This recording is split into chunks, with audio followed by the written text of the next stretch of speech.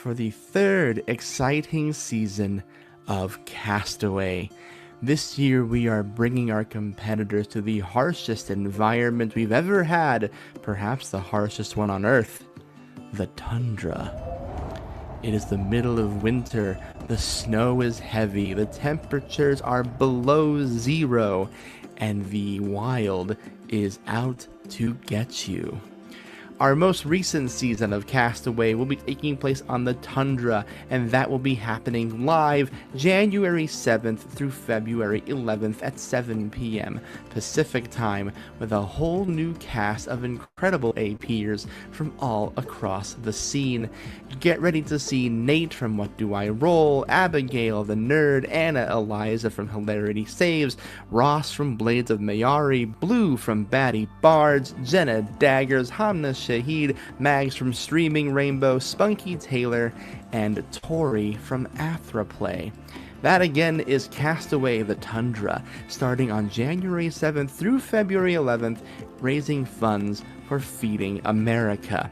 We hope to see you there on Twitch.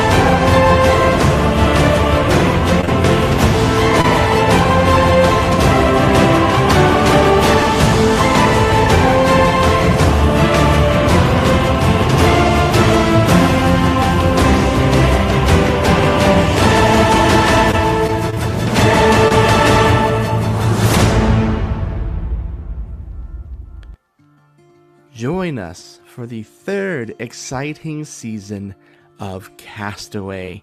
This year we are bringing our competitors to the harshest environment we've ever had, perhaps the harshest one on Earth, the tundra. It is the middle of winter, the snow is heavy, the temperatures are below zero, and the wild is out to get you. Our most recent season of Castaway will be taking place on the Tundra, and that will be happening live January 7th through February 11th at 7 p.m. Pacific Time, with a whole new cast of incredible APers from all across the scene. Get ready to see Nate from What Do I Roll, Abigail the Nerd, Anna Eliza from Hilarity Saves, Ross from Blades of Mayari, Blue from Batty Bards, Jenna Daggers, Hamna Shahid, Mags from Streaming Rainbow, Spunky Taylor, and Tori from Athraplay. That again is Castaway the Tundra, starting on January 7th through February 11th, raising funds for Feeding America. We hope to see you there on Twitch.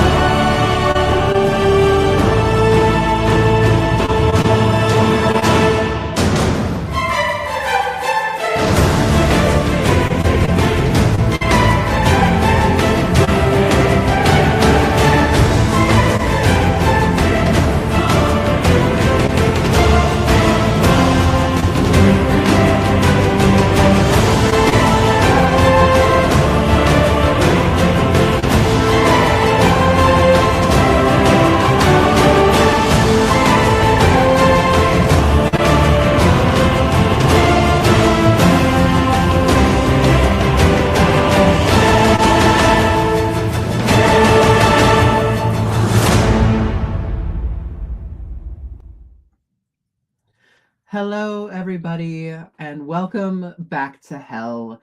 It is me, your guide, Eli, and we're here for the finale of Canto 4, and I'm glad I'm wearing black makeup. It'll look even more metal as I weep it off.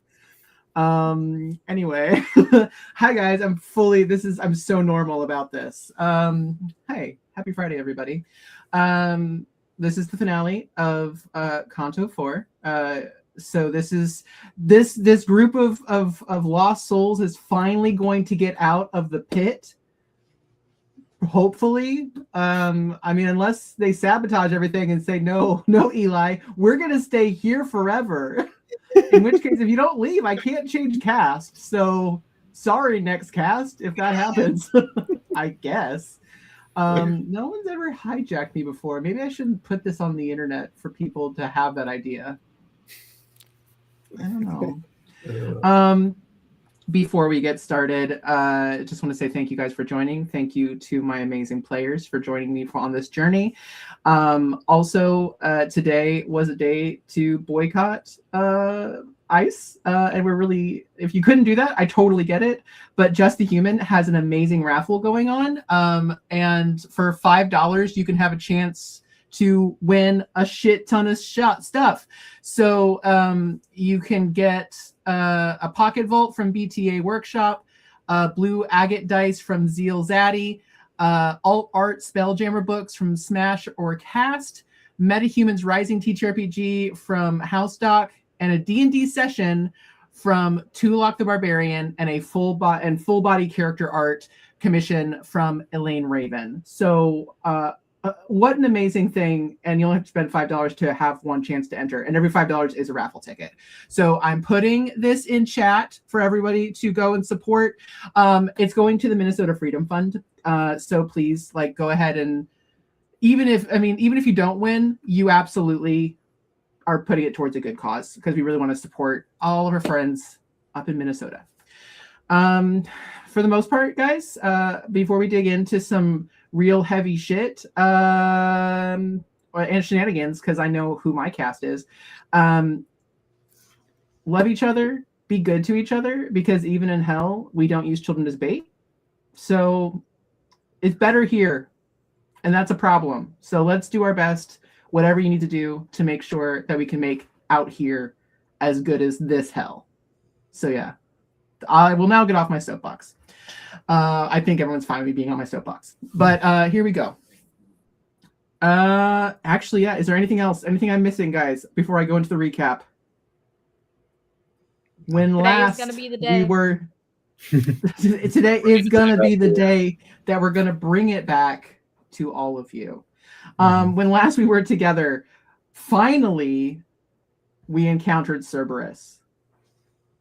And the exile rolled so high on initiative that no one else had a chance to do shit before the exile spoke with animals, used the honeyed bread that was created with the help of Tantalus, and befriended the three-headed puppy, put the three-headed puppy to bed with some hopeful honey bread, and then you all just took a little short rest. There was some chatting that happened. There was some not so gentle threats going on from the serpent to the prophet.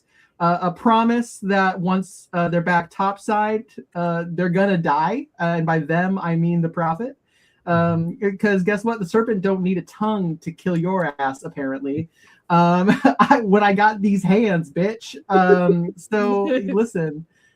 You took my tongue, you're gonna catch these hands is what's happening. So that happened, and then there was another battle that snuck up. There was two or three gargoyles that two or three. There's a number of gargoyles flew up, you guys, and Eurydice was caught unawares, so had to be kind of thrown into the mix. Tried to use the lyre to put them to sleep. It didn't work, but you guys got to see a little bit of a hint at what the lyre can do. And that's when the serpent finally took Snor's form. The giant serpent, the giant snake circling the saint and Eurydice, the saint who was quite literally white knighting it, and maybe peacocking more than a little bit, for their new friend, their new project, maybe. And that's when the serpent commanded Eurydice to, using her own voice, to drop the lyre and go away because she's worthless. And for 8 hours. For 8 hours. For 8 hours. And it worked. The lyre was dropped, which was then snatched by a baby. Oracle grabbed it and skittered away, took it back to Papa. So the prophet now has Orpheus's lyre, and the saint, feeling Eurydice trying to pull away, held her closer.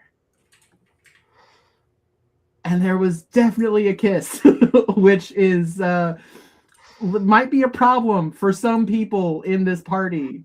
There was also some really heavy flirting going on, like way too close to the pagan. Just like the pagan was third wheeling it in like the most awkward way possible, and I feel really bad because I've been that person, and it's not fun. Let me leave the room at least, please.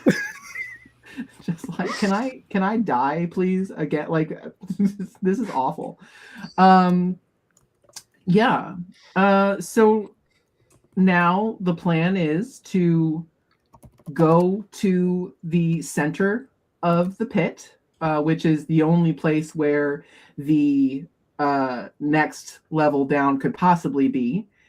You're gonna have a wander, but you've got a Eurydice who is trying to actively run away, a saint who is trying really hard to make sure that she doesn't, and a prophet who seems to be deep in their thoughts and strumming a little bit on a lyre. And as this is happening, prophet, off screen, fish, the lyre, when you attune to it, gives you some lovely treats. So prophet, you feel an upswelling of that warmth and that hope in your soul. You feel parts of your soul that had been given away return. And that gives you a bit of a pep in your step for sure. And so Fish got to roll on a d4 of how many hope points they get back. And also they get 1 divine inspiration to be used in this session. Or if they don't use it, to be passed along to the next prophet. But with Fish's dice being the way they are, it's going to get used. May need to use it. We'll see. Yeah, we'll get it used. Because we're starting with that, if anybody would like to roll perception on our friend, you may feel free to do so. Sure. I'm so normal and chill and cool right now. As There's a note, nothing weird about me whatsoever. We do not have bless up, as I recall. We do not. The banner has been sullied, so no bless. For the 3rd time in one Just day. in the same tiny period of time. Just a 12. I don't think I got anything. I rolled a 1. The saint is pretty self-absorbed in keeping Eurydice as close to them as possible. Actually, now that I'm realizing it, I'm in Snorse form. Do I have to change my modifier for You that? are a Snorse right now. It stays the same for wisdom, intelligence, and charisma. That's right. Yeah. That is a 14 for the pagan. Okay.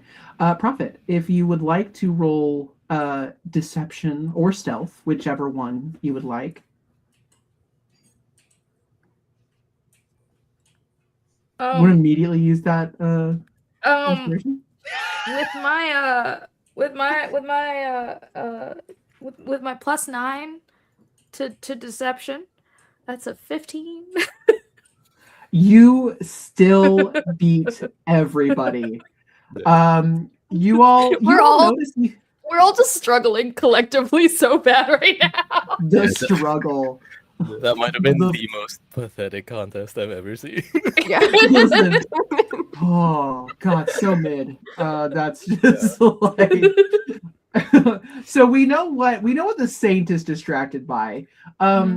Serpent and pagan. What do you think is going through your minds right now that has you distracted? Serpent's got bloodlust. Serpent went full Snorse and was real ready to tear those gargoyles apart, and then we punished the shit out of them real fast. So still got that energy. Very worried about what's going on with Eurydice. Also, has an eye out on the prophet, but too much happening at once. And right now, what the saint has going on with Eurydice feels a little bit more pressing to them. So I think more of their attention is there.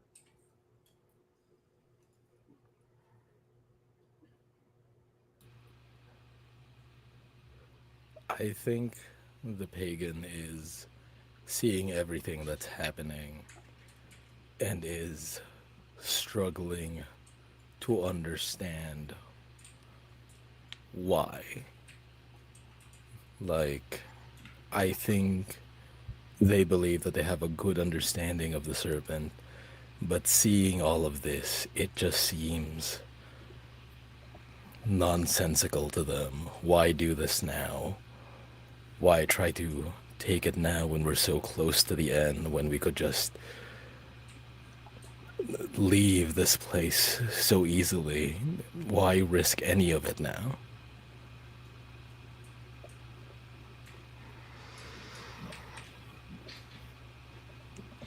Perfect.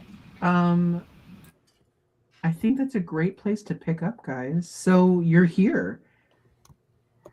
The gargoyles have been defeated, and they are dust to reincorporate somewhere else in the pit. And they, and you have this. You have the saint holding tightly to Eurydice, who is actively struggling to get away. You have a giant snake, and the prophet is feeling this rush, this almost flush. Like if you had actual physical skin, your face would be flushing with vigor. So, Prophet, you also rolled for a memory. I did. So what's Did going roll. through your head right now as you hold this lyre and strum it and have flashes of your life? The prophet is initially was focused on connecting with this lyre, with bringing themselves to a point where no one could take it from them, because no one else can be trusted. But now that they have, they're just kind of allowing themselves to drift into thought. And the fidgeting is coming out in just like some idle strumming on this lyre as they allow their mind to kind of it looks as if they're almost like focused on a point that isn't there, and their vision kind of blurs out for a moment as their memory begins to start just flashing through images. It starts with like a child playing with another child in a field, kind of this sense of joy and whimsy and mischief.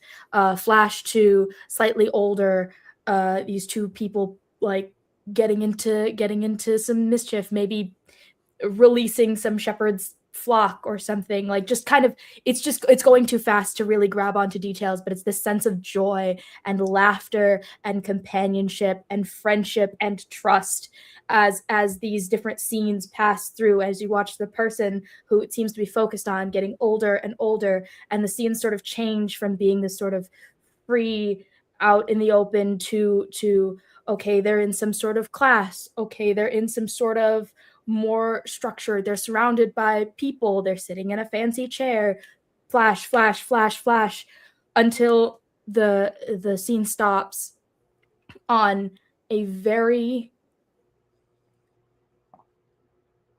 broken expression, trying to be stoic, but a single tear going down their cheek, and the camera almost pans back as you see they're sitting in a throne, and they're surrounded on both sides by what appear to be some sort of guard, and the camera pans over, and the other person that had been present in all of these scenes is on the floor, begging, crying, weeping, reaching out as they're being dragged away, out of the room, out of sight.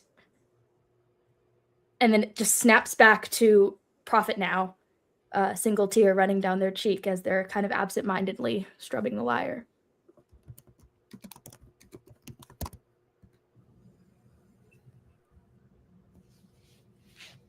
You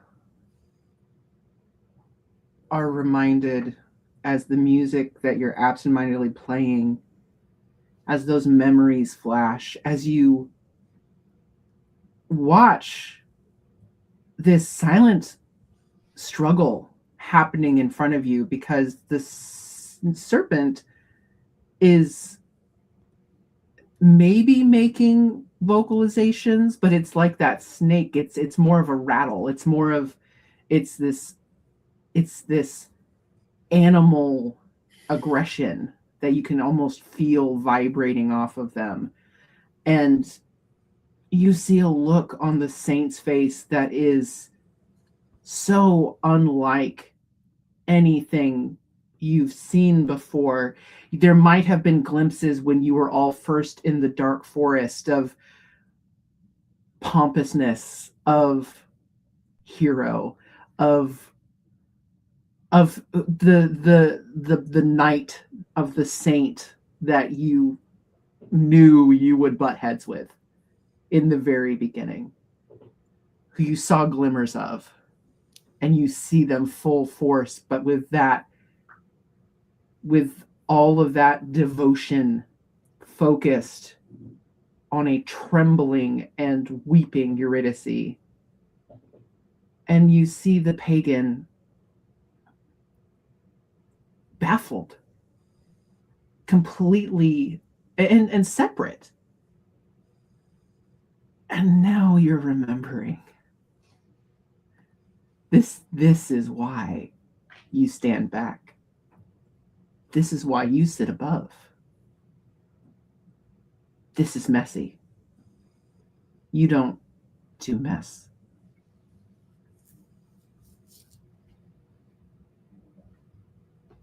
Saint, Eurydice is fighting to pull away. What do you do? I think the Saint right now, their grip on Eurydice has been very firm but gentle. But I think the more she fights, the more brash they feel to try and hold on to her, because they know that this is a trick. They know that something is off and something is wrong and something has been taken from her, and that this is not what she truly thinks. They know this. And they, as everybody continues walking, I think at some point in the struggle to keep her still, to keep her moving forward, they stop moving. They grab Eurydice and they say, "You do not have to run. You are not useless. Surely you must be scared, but I am here and I have you, and not a single one of them will lay a hand upon you. I swear it. That is my oath to you now." And they're going to use their last second level spell slot to cast Warding Bond on Eurydice. Okay.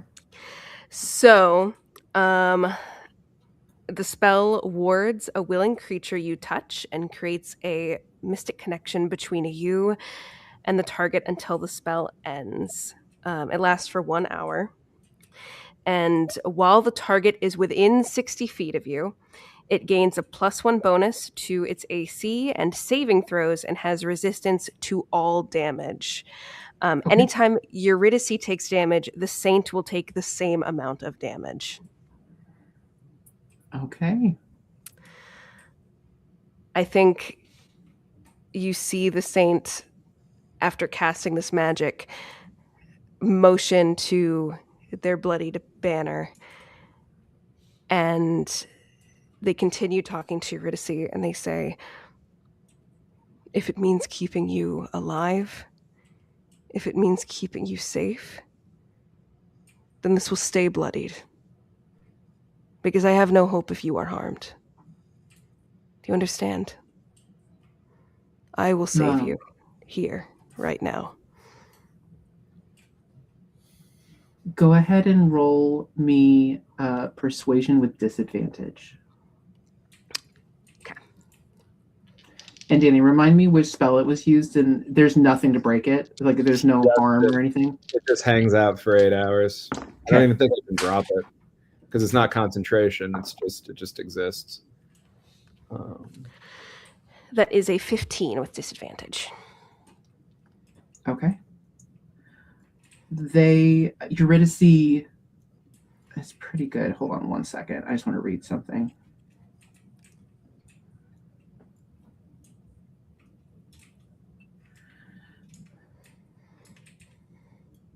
So the suggested activity can continue for the entire duration, but if the suggested activity can be completed in a shorter time, the spell ends for the target upon completing it. I don't know that there is a way to complete what I worded, technically. If you or any of your companions damage the target, the spell ends. That's what I was looking for at the very bottom of what I'm looking at. Copy. Let me see. That might be a 2024 thing because I think I'm looking, or maybe it's the opposite.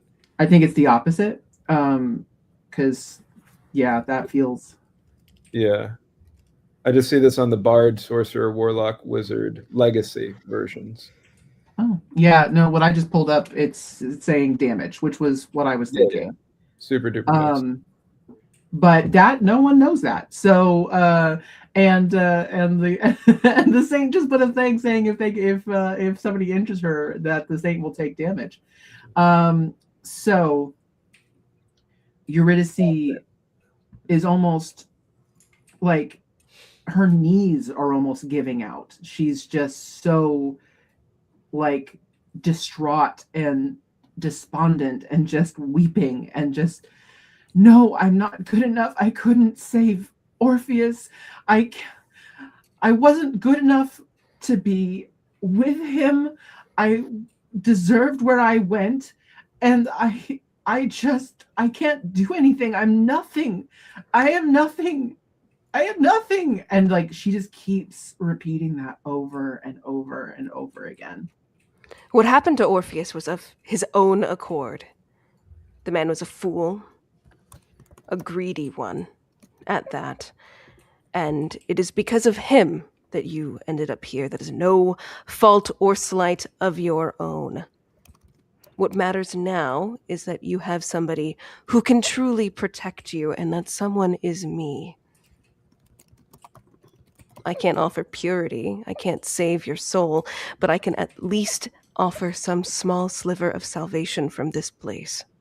And that is what I intend to do. I will fight for you. My blade, my words, will remain sharp and attentive for you now. Because solace is what you have provided for me here. In the face of absence and loneliness. Isn't that right?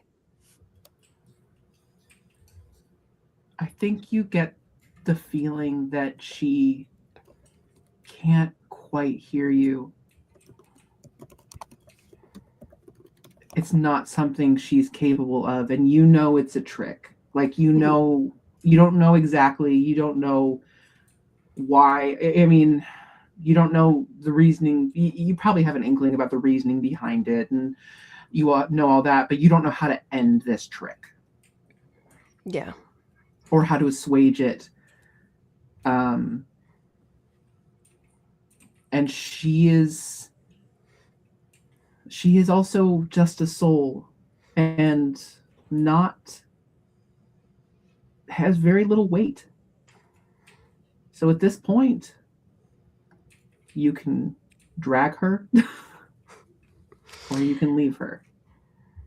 I think the saint, knowing that she is a liability like this, will pick her up and carry her.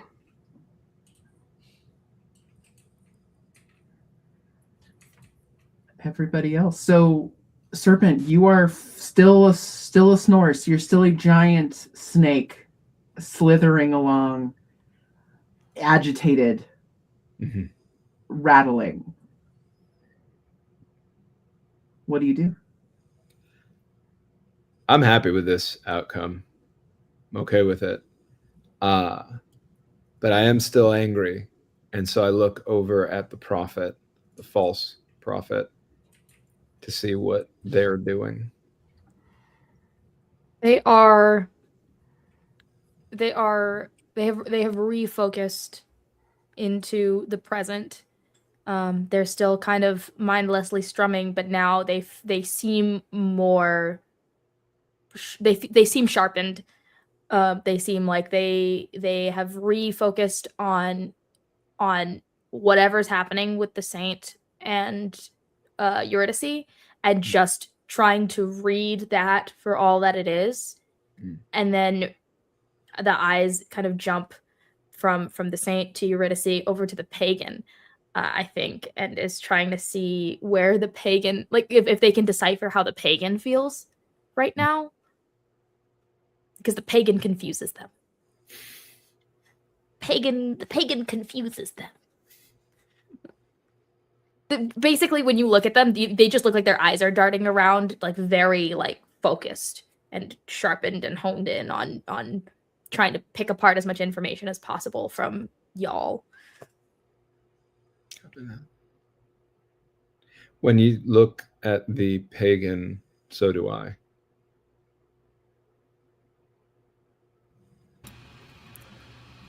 I think when the pagan saw Eurydice struggle to get away and begin to say the things that she did, And as the saint begins to drag her away, to carry them away in their arms, I think that is sort of the last straw for the pagan deciding what to do, and they will step forward.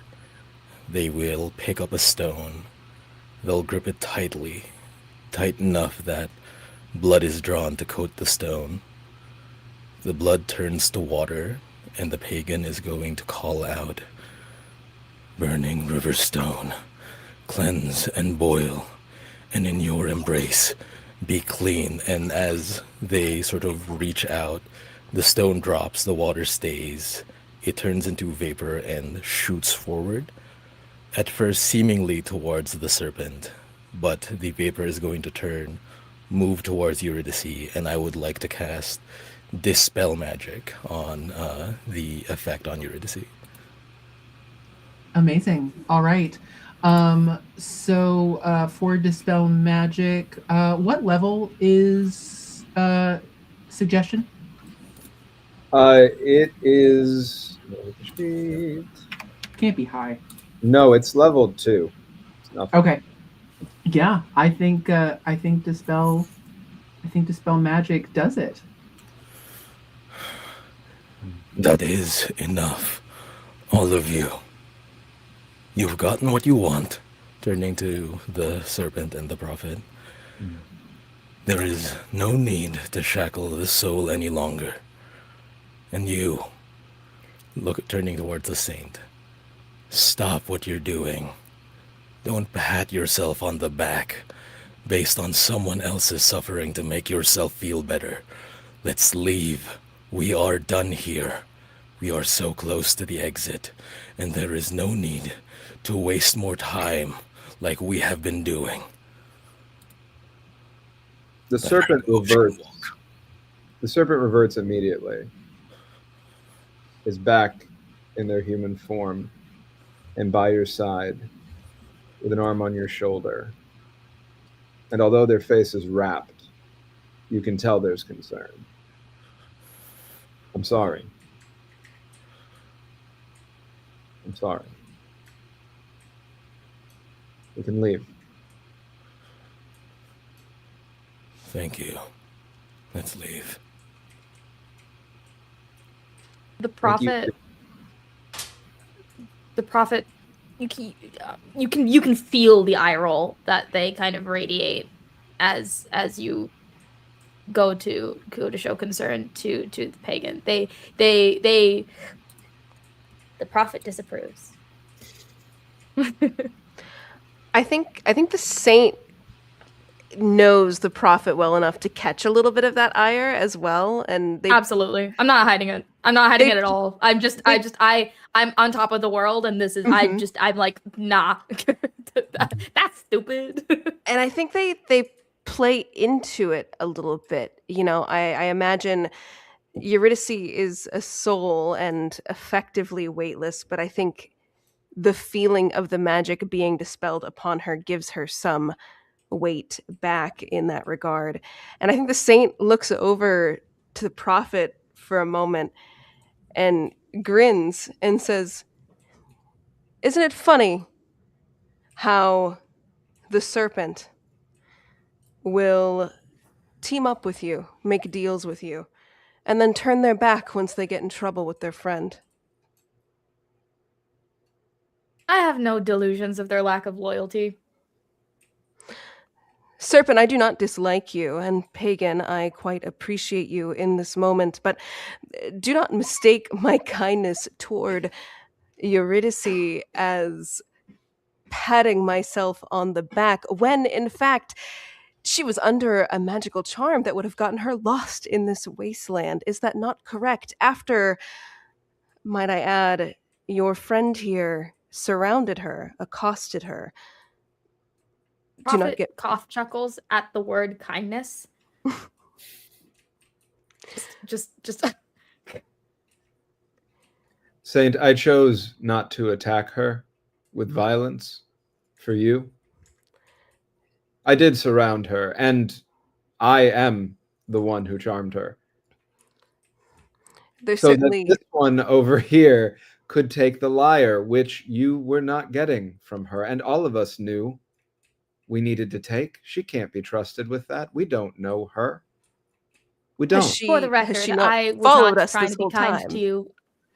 For the record, I was not trying to be kind to you. I simply act out of strategy. I have no qualms about that. And that worked in this moment. It's also why you are alone, will die alone, will always be alone.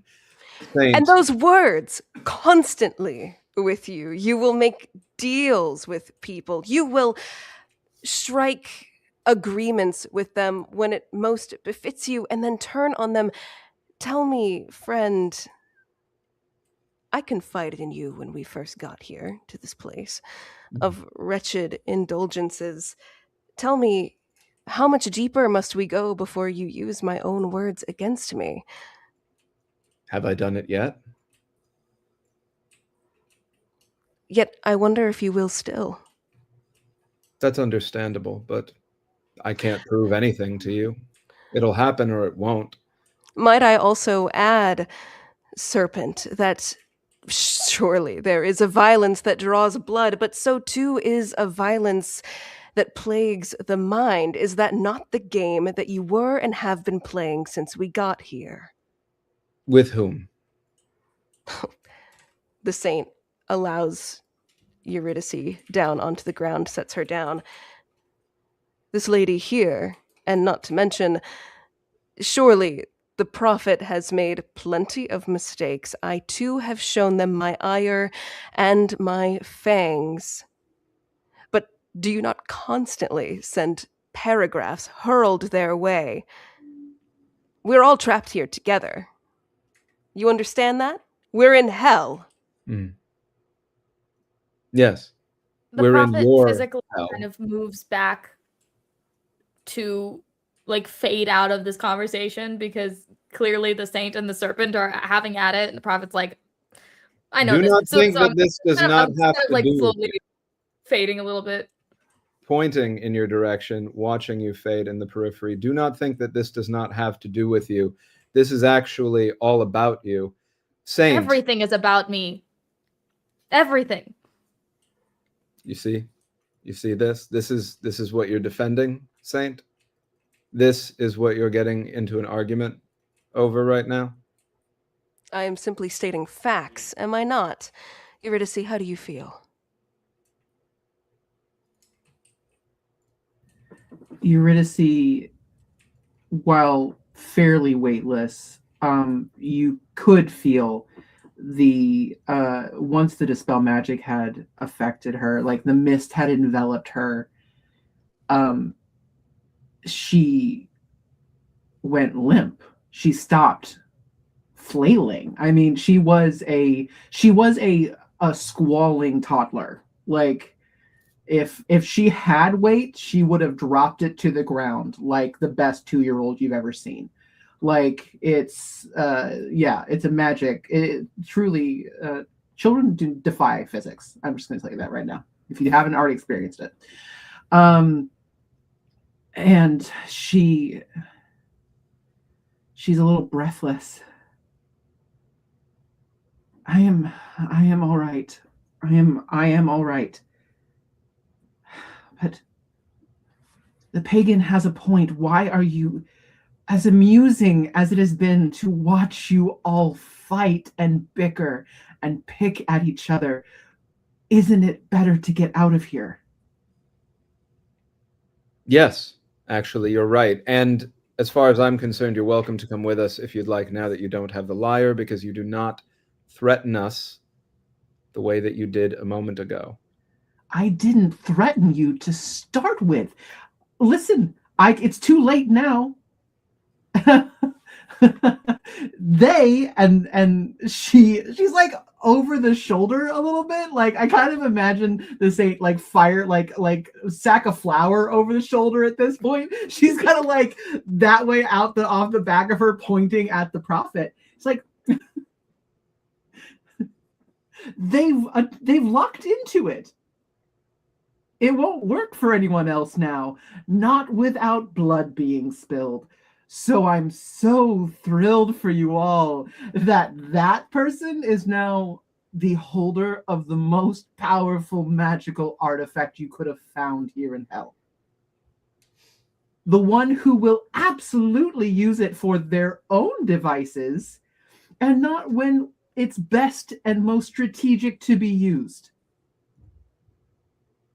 There are a lot of I things, just- but Those are they're the same actually thing. pretty strategic. I'm comfortable with the discomfort I have around that. You, however, are not one of us. Whatever brought us here, we are still alive. We are trapped together. I hate that person more than I hate anyone who I could possibly think of, remember.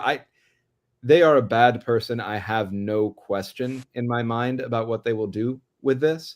You, however, I have many questions, and now they don't matter. And we are still offering you an opportunity, mostly because of my, I suppose, friend here, the saint, who has decided in the blindness of their fervor, which is, in my view, their primary sin, if a sin is a real thing, to be fervent about you. I don't wish to fight with them. I don't wish to be here longer. I wish for my friend, the pagan here, and I and the rest of us to get out of here. And the quickest way for us to do that, in my view, at the moment, tell me if I'm wrong, false prophet, is to take you with us. So we take you with us. We don't have to like you. You don't have to like us. It doesn't really matter. We get out. And you can't move between parts of this place without us. So we don't need Consider you it the to path do of least anything. resistance. I am nothing if not patient. I am more than happy to watch you all tear each other apart. You've done such a fantastic job of it so far.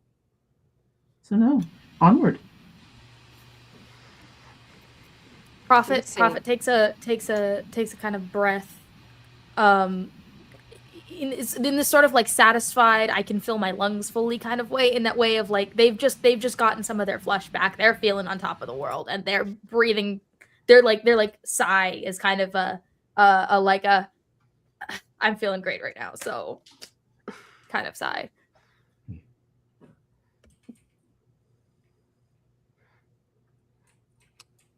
The saint placing Eurydice on their feet again to walk will steady her with a hand to her upper back and then continue walking and say, for the very few words that Pagan and I have had the opportunity to share here, I do agree with them that we should continue moving. Whatever petty squabbles come out of this from here on out is between you two, looking directly at the prophet and the serpent. That's great to hear. Look over at the pagan and at the exile to see how you two are doing.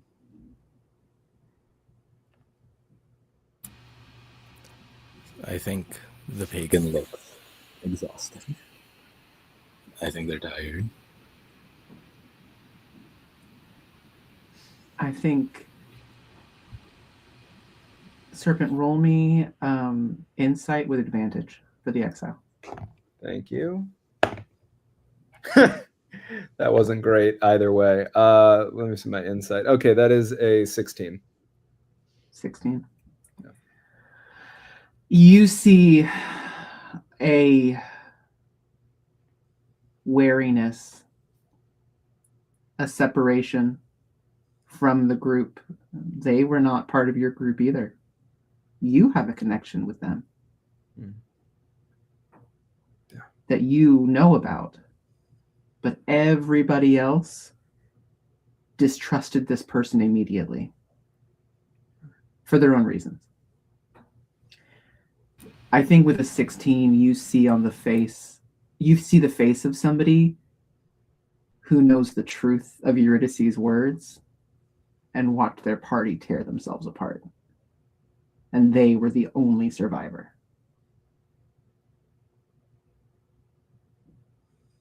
Walk over to the exile and say, sister, are you ready? As I will ever be, This is as far as I've ever gotten. If you ever want to talk with me, or I don't want to volunteer the pagan, but if you want to see if they want to talk as well, I know much happened here to you before we reconnected.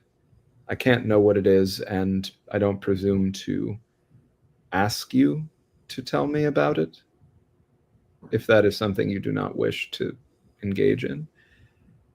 But if you ever feel need to unburden yourself, I will always be here, and I will never judge you.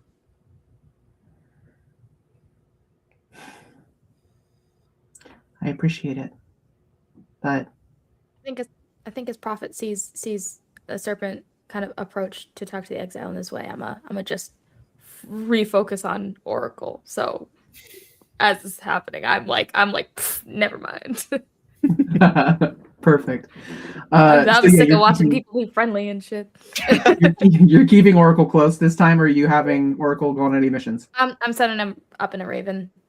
Perfect. But we can do that Okay. after. I more so just wanted to be like, I see this happen, and I'm just like, no, Ugh. I'm done. Friendship. I'm out. Hey, Eli. Gross.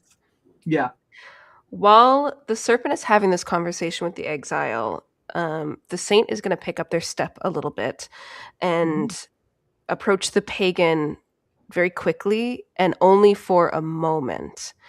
They're going to lean a bit closer to them and say, I know we are in a hurry, but when we have a moment, I would like to speak with you. No Eurydice accompanying me this time, I promise. Fine. Have it your way. Thank you. And they'll slow their step back in pace with Eurydice.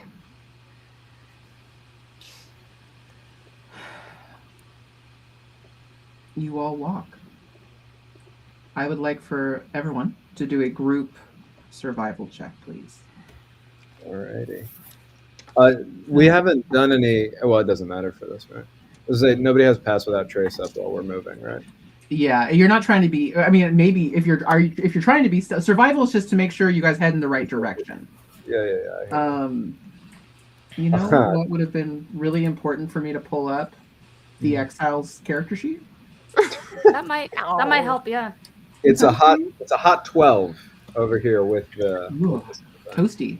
17 for the saint. They're locked in now. I was gonna say the saint is on top of it with that bloody banner. What did I get? For the vibes. Yeah. Did I just hear 26 from the prophet? What did I didn't say anything. Oh my god! I was like, I thought I heard a 26, and I was like, "Hello." That's a finale twist. That's actually really close. 7.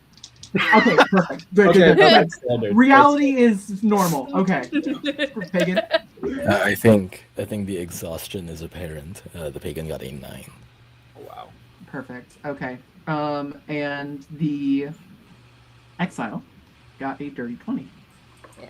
So, I think I'm looking through. I take moments to look through Oracle's eyes as Oracle kind of flies up and stuff, but I'm not really paying attention. I'm kind of just trying to tune out the friendship squad.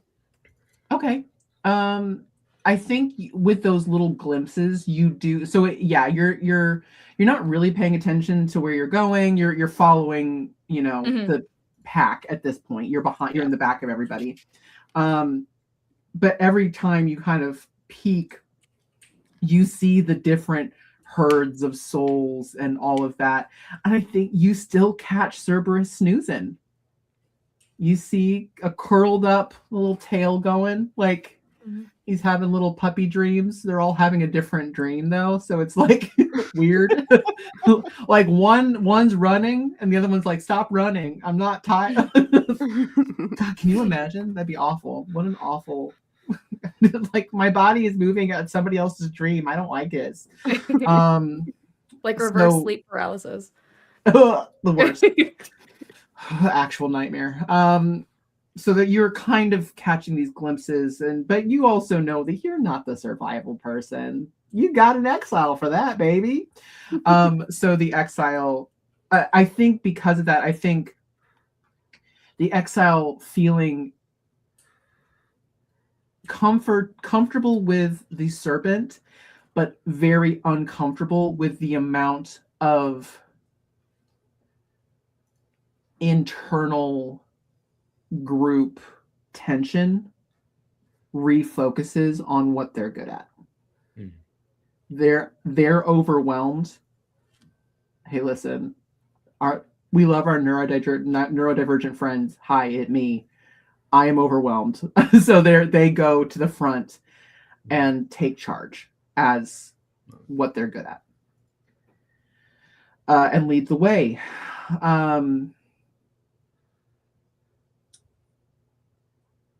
I think with that, Eurydice goes with them.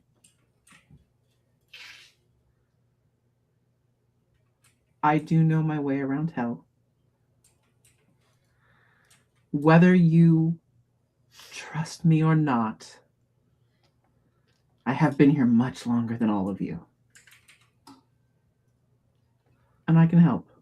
So, besides, I like talking to that one.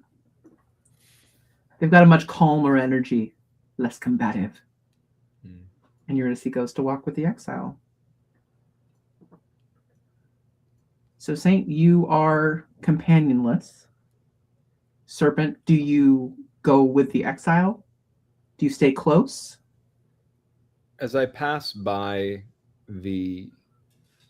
well, first I look to the pagan. Do I see a demeanor on you where you prefer to be alone? I think a little bit, yeah. I nod and walk forward. I do not look at the false prophet as I go, and I do pass next to the saint as I go to catch up with my sister. And I say, part of why I comforted my friend a moment ago is for your sake as well as theirs. You can keep trying to fix everyone around you for as long as you'd like, and it is never going to change what you hold in your heart. You need to really think about the conversation you want to have with them. You need to be sure of what you're going to say. They are right there, and they are the best of us. I do not know what happens if their rage overtakes them, and I will be with them if it does. I am trying to help avoid that. I would appreciate it if you could do the same. You are a fool to think I have not considered every possible outcome in the conversation I plan to have with them. And it is a conversation that I have run from, that I have hid from, and in my mind have tried to pray away. But I'm stuck down here with the rest of you, so clearly I have done something that has scorned my God. Well, I don't know if I can ever get to the bottom of what exactly it is or was. I have had time to think. What those thoughts are not yours to know, unless they so choose to share them with you. Well, then I give you this bit of kindness. Because you are still devout to your God, I hope the God that you worship is angry at you over the women and children and innocent men that you slaughtered up above, and not because you didn't do it to the one behind us. I find myself wondering frequently, the deeper we go here, if it is truly the word of my God that I was following, or someone simply regurgitating it in such a way that made them feel comfortable or righteous or powerful. I wonder. Go ahead. I wonder if my following is why I am here now. You get a full stop from the serpent for that, and a handout, not aggressively, to you to pause as well. That's exactly why you're here. I mean, as far as I can tell. What are you, God? No. I am just someone else who also deserves to be here. But I will tell you this. Whatever you may think of me, what you just said makes me think that you might be who I hope you could be. And that it's possible that my friend back there, by the time we are done here, may not be the only one to not deserve to be here. I don't think there is a way out for me. I think if I do get back up top, I come right back down whenever I'm done up there. I don't think that is true for you, in spite of the horrific things that you have done. And I hope I am right. Absolution is not something that is done with words. That is even something that my scrambled mess of a brain can piece together. Instead, absolution, clarity, grace, forgiveness, those are things done through action, through learning. And though you are violent and brash and get under my skin from time to time with the routes that you take to do the things that you do, remember that many folk tales, mythological stories, religious texts oftentimes see those who create a bit of mischief as its greatest heroes. It is very kind for someone who has every reason to be unkind to me now. I appreciate it. I don't believe that I deserve it, but I do believe that you have it in you to do what you need to do to help my friend, who I hope maybe in time can be our friend, heal in ways that I can't. So I will leave you to it, and thank you for speaking with me about this. And a little shaken by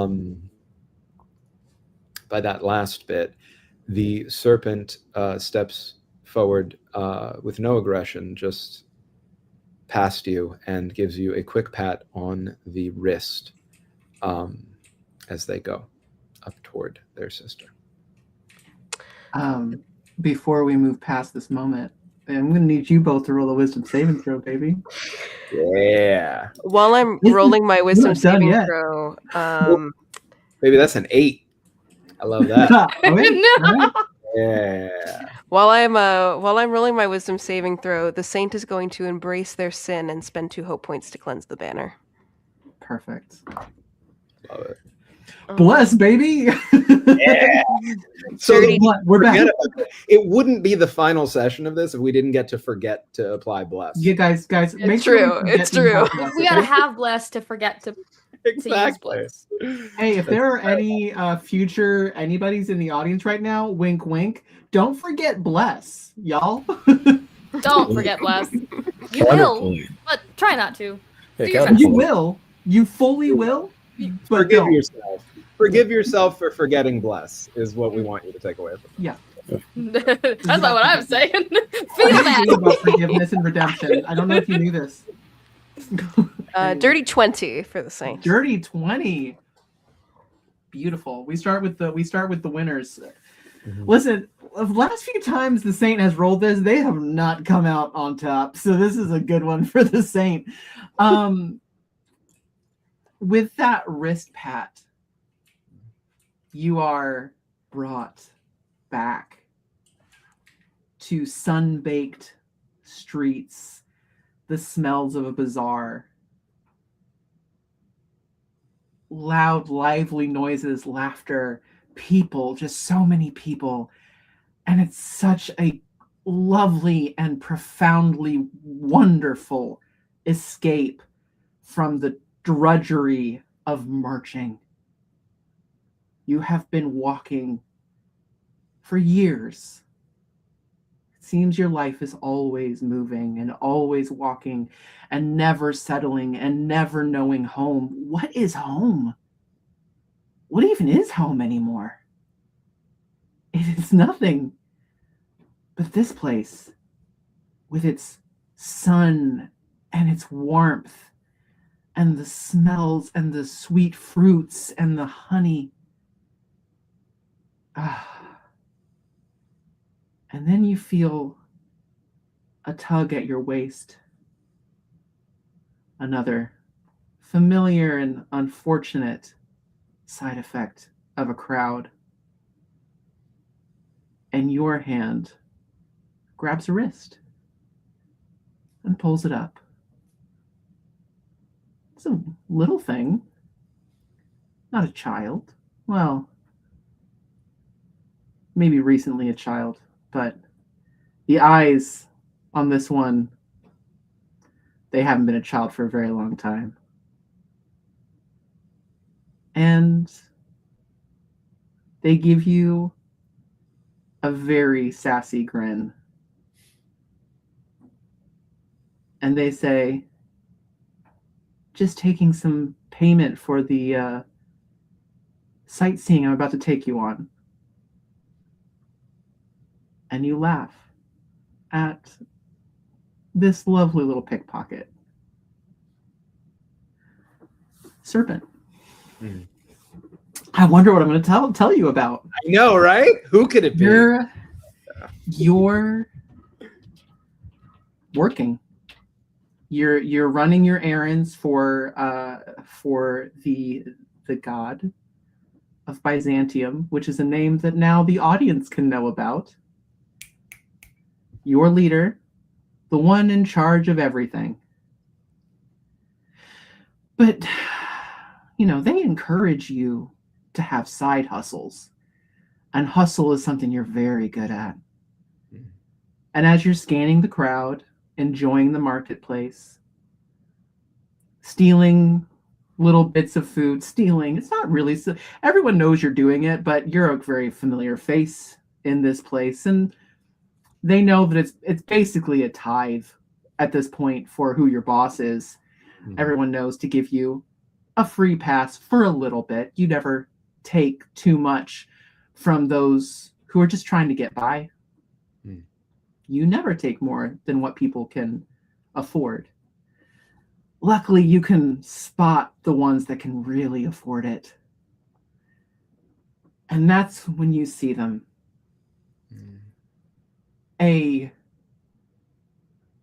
Honestly, a disgustingly clean tabard.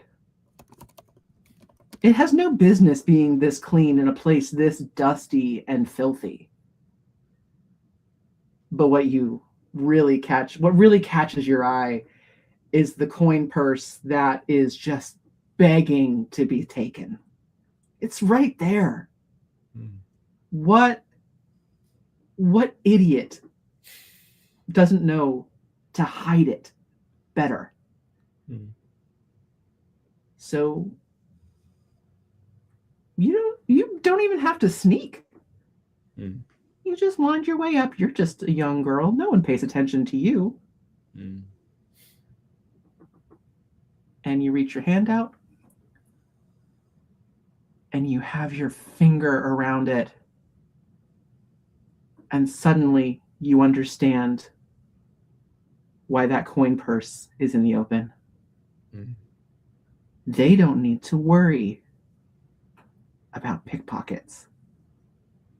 You feel a strength grab your wrist, and as you look up, are you scared? Danny, do you think the serpent is scared? I think the serpent has been through so much already that this can't possibly scare them. Or if it does, it falls into a sea of fear so permanent that it isn't noticeable. The smile appears on your face. Prepayment. It's a line you've used a few times before. And looking at this bastion of Christian purity, exactly where to take them. Mhm. The boss will love this one.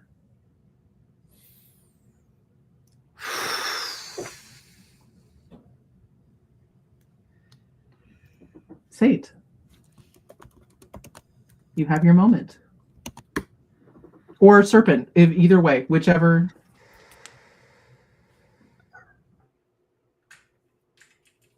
I do think the serpent stops where they were going. Do they understand that this is me above table to you, Eli? Do they understand that both of them just experienced this? No, not unless you really look at the Saint, and it'd have to be. I'd have you guys roll. If you guys want to look into each other, you'd both roll insight and either deception or persuasion.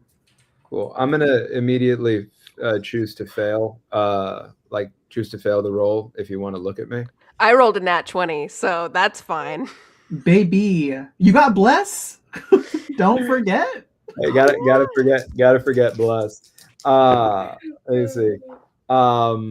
Yeah, no, even with my, I mean, whatever, it's not beating a nat 20. Well, it doesn't matter. Nat 20 was to look at me. This right? is so Yeah, so it's to look they at fully you, see so- you. So Saint, do you choose to fail, or do you want to try to put on a poker face for being looked at back? The Saint doesn't have a poker face. Let's be so honest right now. the Saint doesn't Okay. have a poker face. I even Saint, think that master the of Saint, deception. yeah, the Saint, I think, is a very like physically presenting person, just in general, wearing their emotions on their sleeve, maybe too much. They're like looking at you, and you can see that their eyebrows are furrowed and their head is tilted. I am so sorry. I am so fucking sorry. Saint, I will tell you, what you don't know is what they're sorry for. Because you didn't see, all you saw was the sassy response. You didn't see what happened next. Ooh. The Saint, I think, a bit befuddled, as though like, did they see the same thing that I saw? Takes a couple of steps forward, and it does their big dumb smile and pats the serpent on the shoulder and says, "For what? It was a fee paid for sightseeing." You paid a lot more than that. And I just remembered that it's my fault. I appreciate the kindness you showed me. I definitely don't deserve it, but they do, if you want to. You want to point it toward them. And I step forward toward my sister. I The think Saint lets them go. I'm looking at the back of Mhm. the kind of procession, and I think if it's all right with you, I think I'd be noticing some level of like friendliness that wasn't present before. It's like they're talking to each other. Roll me an insight, because I think you see, you're so keyed into the serpent and how they and the play they put on. Mm-hmm. So you notice the misstep. Like you see that break for sure. So yeah, roll insight to see if you can figure out a little or get the vibe behind it. I don't think I'm necessarily trying to figure out like what's happening, just clocking that something happened and it's weird. Oh, I will give you. Okay, so still roll insight, because I want to see if you're like, oh, they're friendly, or if like I want to see if you can get the weirdness. 22. Yeah, you're these like guys. They know what I'm good at. We're back. It's the end of times.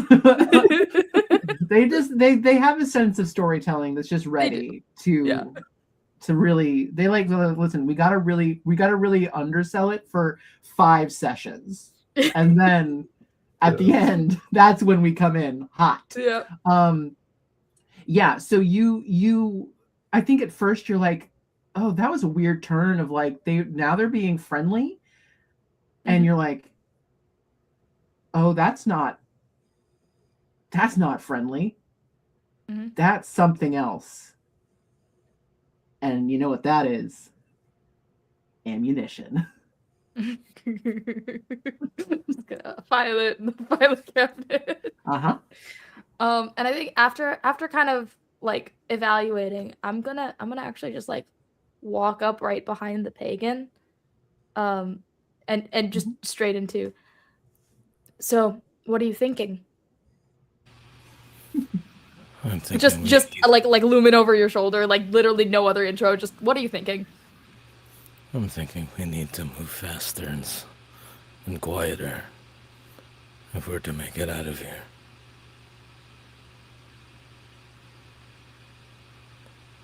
You baffle me. How so? Most people call me simple.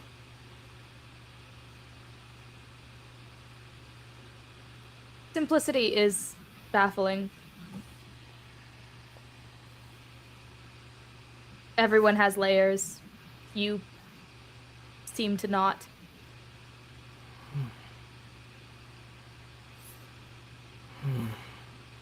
Maybe I don't. Maybe that is true. Perhaps many of my layers lay buried in an unmarked grave.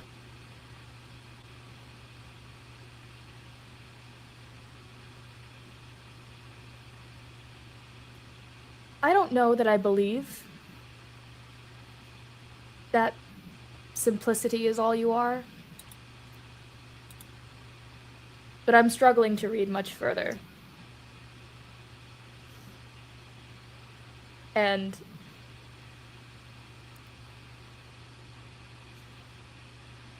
that's baffling to me. That's all right. If you're struggling to read, then I'm happy to read it for you. All you'd need is ask.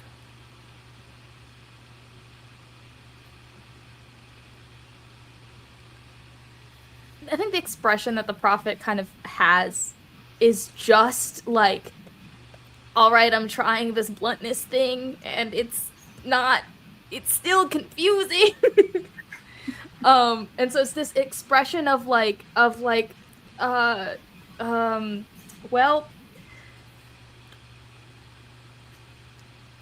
and they just kind of like noted.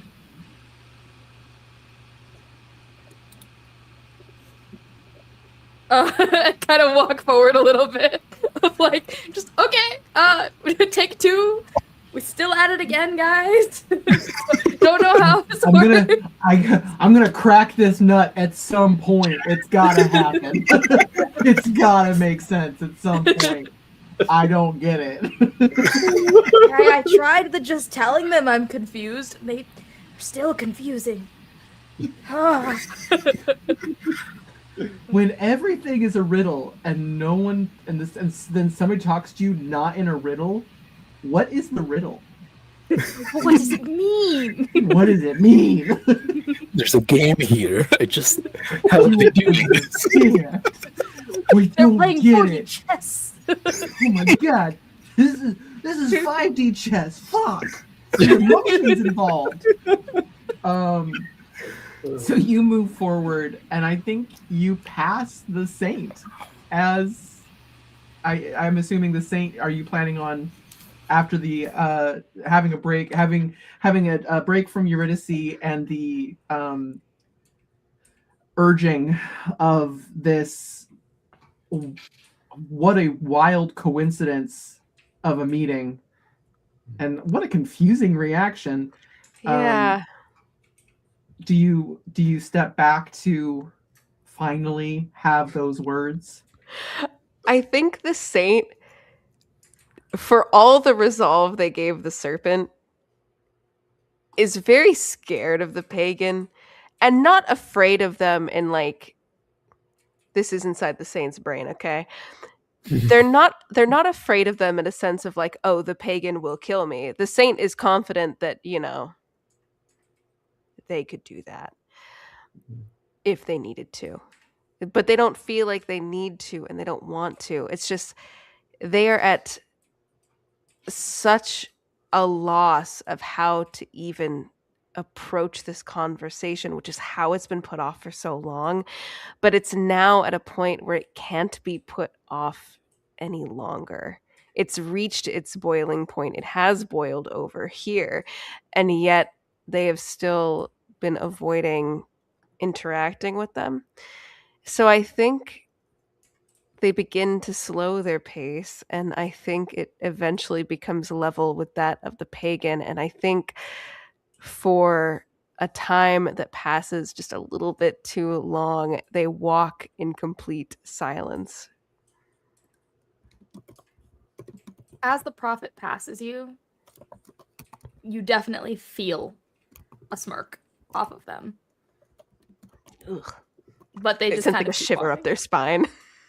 walking. Is this what you've come to take from me this time? Is it my time to waste it? I thought you were going to say your peace of mind for finally having a moment to yourself after the prophet walked away from you, but I certainly do not wish to waste your time, which is why I'm trying to match your pace in walking. I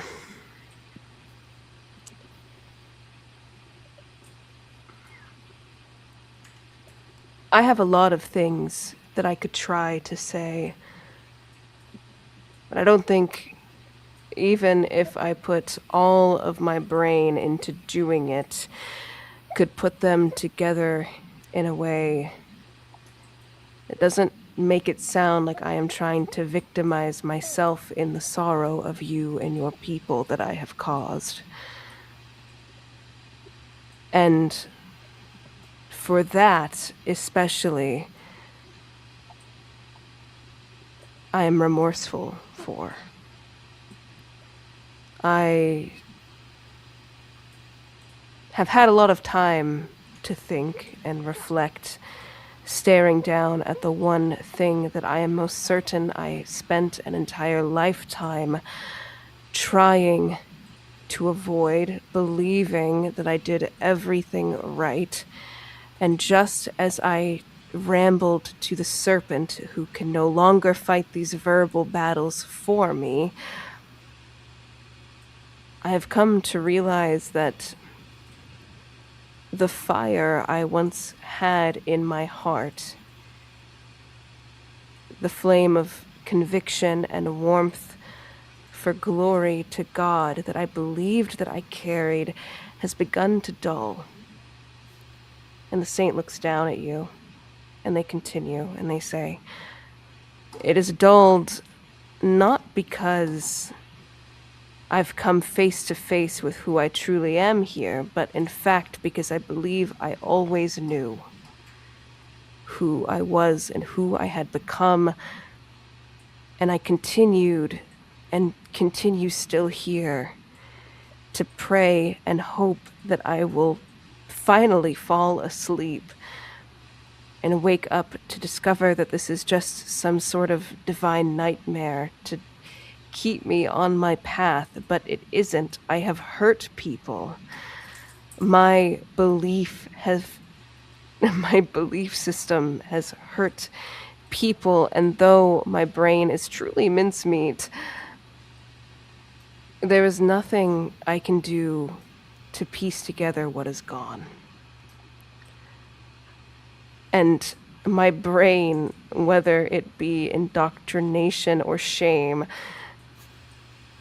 does not allow me to apologize to you in any sort of way that doesn't make me seem like I feel sorry for myself. And I do not. Truly, I have realized and come to terms with the fact that I am here. It doesn't make me better than any of the rest of you. If anything, being a person of God, it makes me worse. And yet I still don't know what to say. I don't know what to do. I could hand you my banner and tell you to pierce my heart. But even then, what would that be if not a self-righteous death? So that I could draw my final breath, feeling like you have avenged yourself when still what's been taken cannot be granted back. I apologize. I know that I'm not the smartest individual.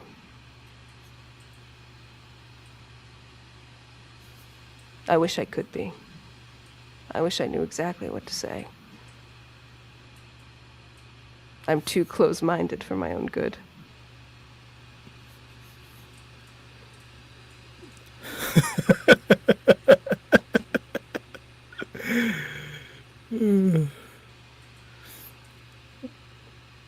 Your cruelty knows no end, does it, Saint?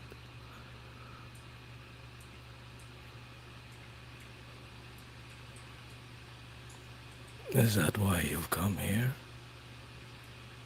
Is that why you've come to speak with me? To bare your heart and find answers there?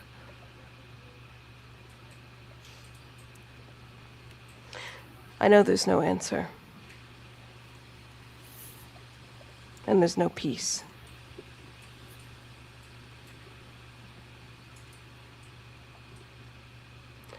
You will never get answers, or words, or warmth from the people that I took. And I know that now that I am here, perhaps my God is too far out of reach for me now.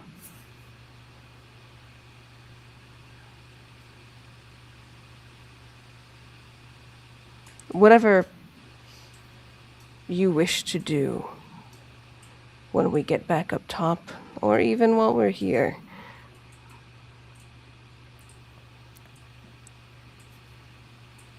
it is deserved. And as I told the serpent, it is not absolution, it is not retribution. I was nothing more than a cog. I was nothing more than a blade, believing that I had love and devotion and the people's best interest at heart, but truly I was just compliant to a regime.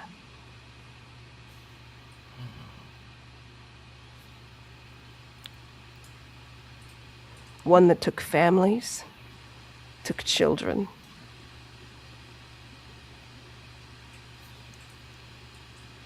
And I don't know where to go from there, or from here.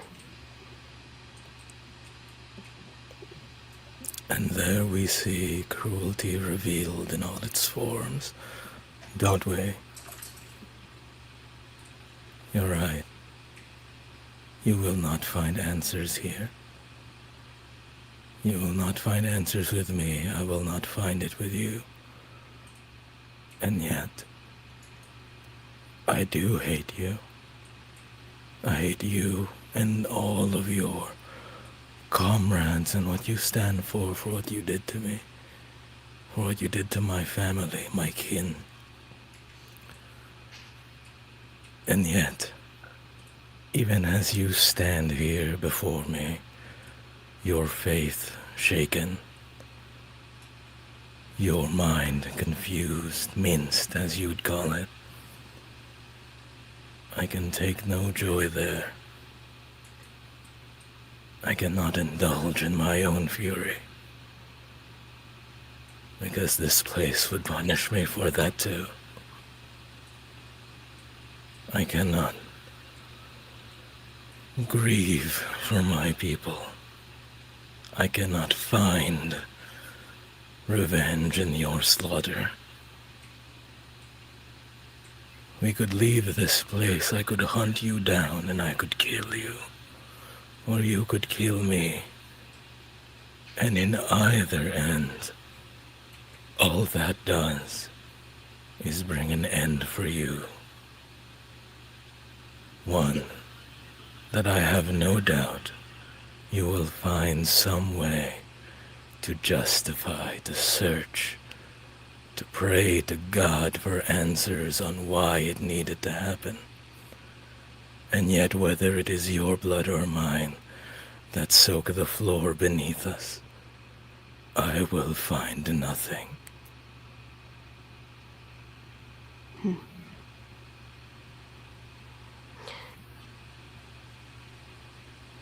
You're right. And if I must be crueler still, I know that you're right. I wish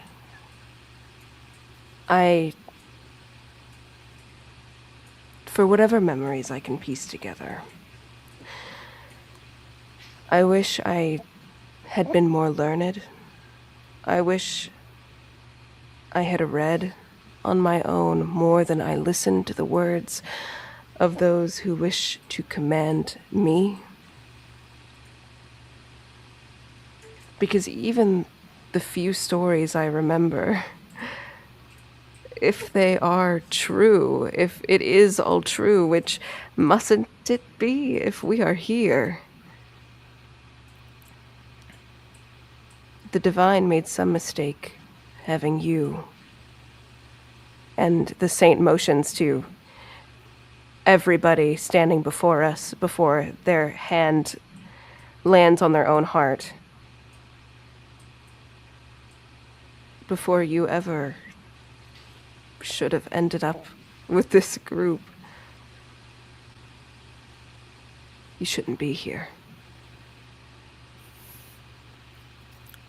I wish your faith had never shaken that day, such that you would have slaughtered me and my grandmother. Because how cruel it is to leave a child the singular survivor of all my people. You ask me for their stories, Saint, and I cannot tell you them, because I was a child when I was told them. I remember them in bits and pieces, and when I die, all of it will be forgotten. How I wish you had remained cruel until the very end. How I wish I would have died sooner.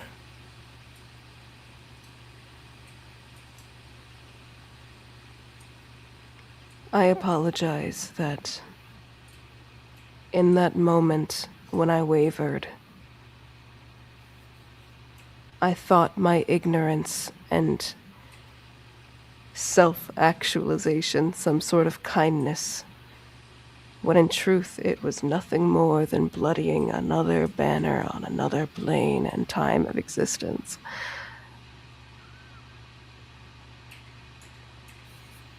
That is another thing that this faith teaches you, you know. To encourage ignorance is some sort of kindness.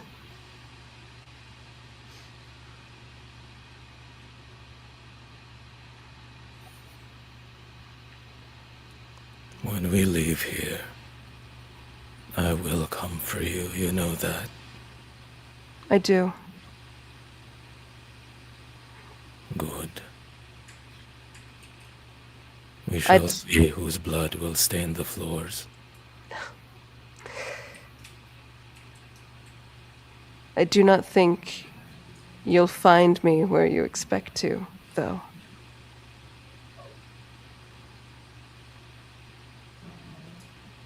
Why do you say that?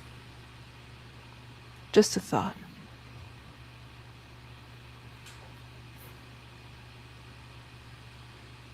Then I will find you regardless.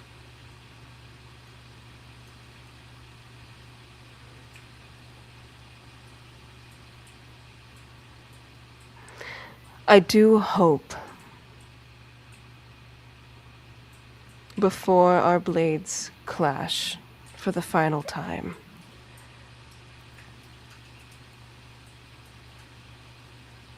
my selfish hope that still remains is that we can share one more conversation and even perhaps a meal before our metal pierces each other's flesh. But again, it's just selfishness. Stupidity, too. Then it is foolish on both sides. Because with your death, or with mine, that will be one less person to remember everyone I care about.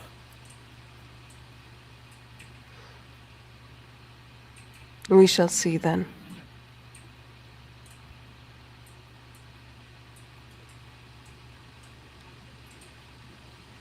As you guys fall back into silence as you walk, Pagan,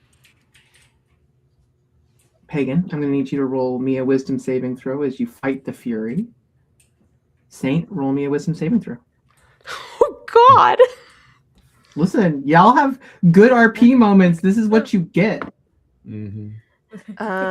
18. 14 plus 4. Okay. Camera slowly pans over to the prophet really quick, just going like, but if they meant this, then they may have meant that. The rabbit has like a bunch of red yarn. Layers. Yeah. It's the gif. It's the red string gif. Well, if it isn't the finale, folks, this is I think the first time I've rolled below a 20 on this. That's a 14. Oh, yeah, it's burning. You're like, yeah, that fury. Oh, this talk. You're like, you just said blood feud. You just said, I'm going to kill you. We could be friends. Nah, I'm good. So you feel yourself click a little bit further into fury, and that DC is going to get a little bit higher next time.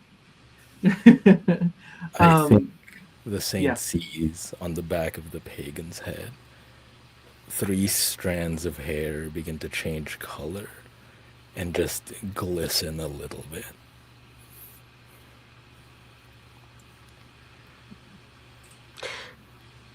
Excuse me for speaking so plainly, but that is new for you.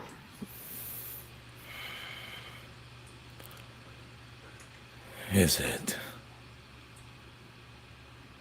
New to the eye, perhaps. We are in strange places. Best to ignore it. Right.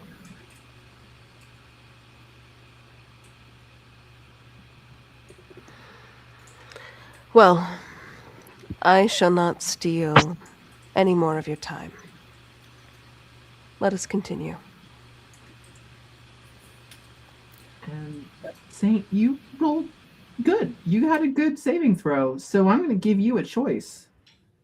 The Saint has just talked about not getting answers here and wanting answers and one of these things. Does the Saint want answers? Or no? Eli. With that roll, I will let you choose if you get an answer or not. Yeah, the Saint wants answers. They can play tough, but man, they want answers. I'm going to be mean. Just a person. And only Anna is going to know what that answer is. And that's a great place to take our break. So we're going to take 10.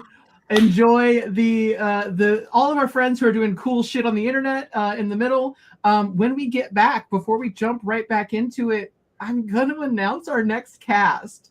Yeah. So we're going to announce who's coming after this. Who's going to get to take over this car crash of emotional trauma.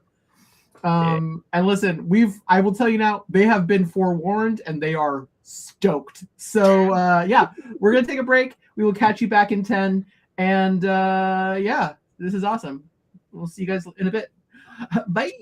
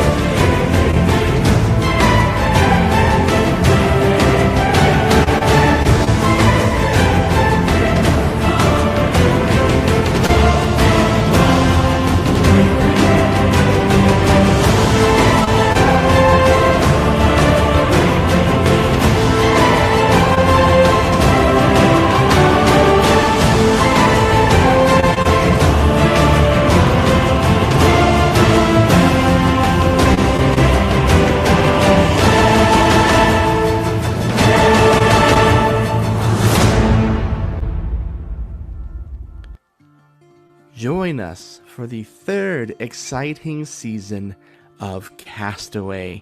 This year we are bringing our competitors to the harshest environment we've ever had, perhaps the harshest one on Earth, the tundra. It is the middle of winter, the snow is heavy, the temperatures are below zero, and the wild is out to get you. Our most recent season of Castaway will be taking place on the tundra, and that will be happening live January 7th through February 11th at 7 p.m. Pacific Time, with a whole new cast of incredible APers from all across the scene. Get ready to see Nate from What Do I Roll, Abigail the Nerd, Anna Eliza from Hilarity Saves, Ross from Blades of Mayari, Blue from Batty Bards, Jenna Daggers, Hamna Shahid, Mags from Streaming Rainbow, Spunky Taylor, and Tori from Athraplay. That again is Castaway the Tundra, starting on January 7th through February 11th, raising funds for Feeding America. We hope to see you there on Twitch.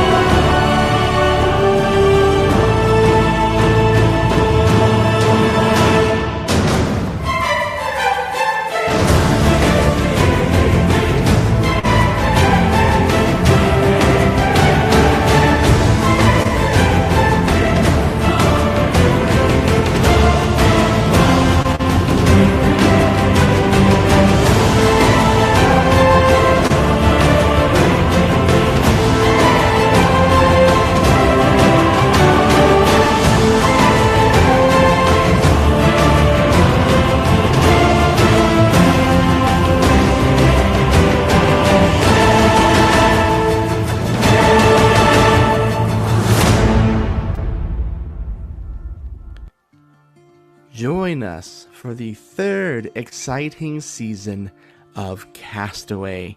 This year we are bringing our competitors to the harshest environment we've ever had, perhaps the harshest one on Earth, the tundra. It is the middle of winter, the snow is heavy, the temperatures are below zero, and the wild is out to get you. Our most recent season of Castaway will be taking place on the tundra, and that will be happening live January 7th through February 11th at 7 p.m. Pacific Time, with a whole new cast of incredible APers from all across the scene. Get ready to see Nate from What Do I Roll, Abigail the Nerd, Anna Eliza from Hilarity Saves, Ross from Blades of Mayari, Blue from Batty Bards, Jenna Daggers, Hamna Shahid, Mags from Streaming Rainbow, Spunky Taylor, and Tori from Athraplay. That again is Castaway the Tundra, starting on January 7th through February 11th, raising funds for Feeding America. We hope to see you there on Twitch.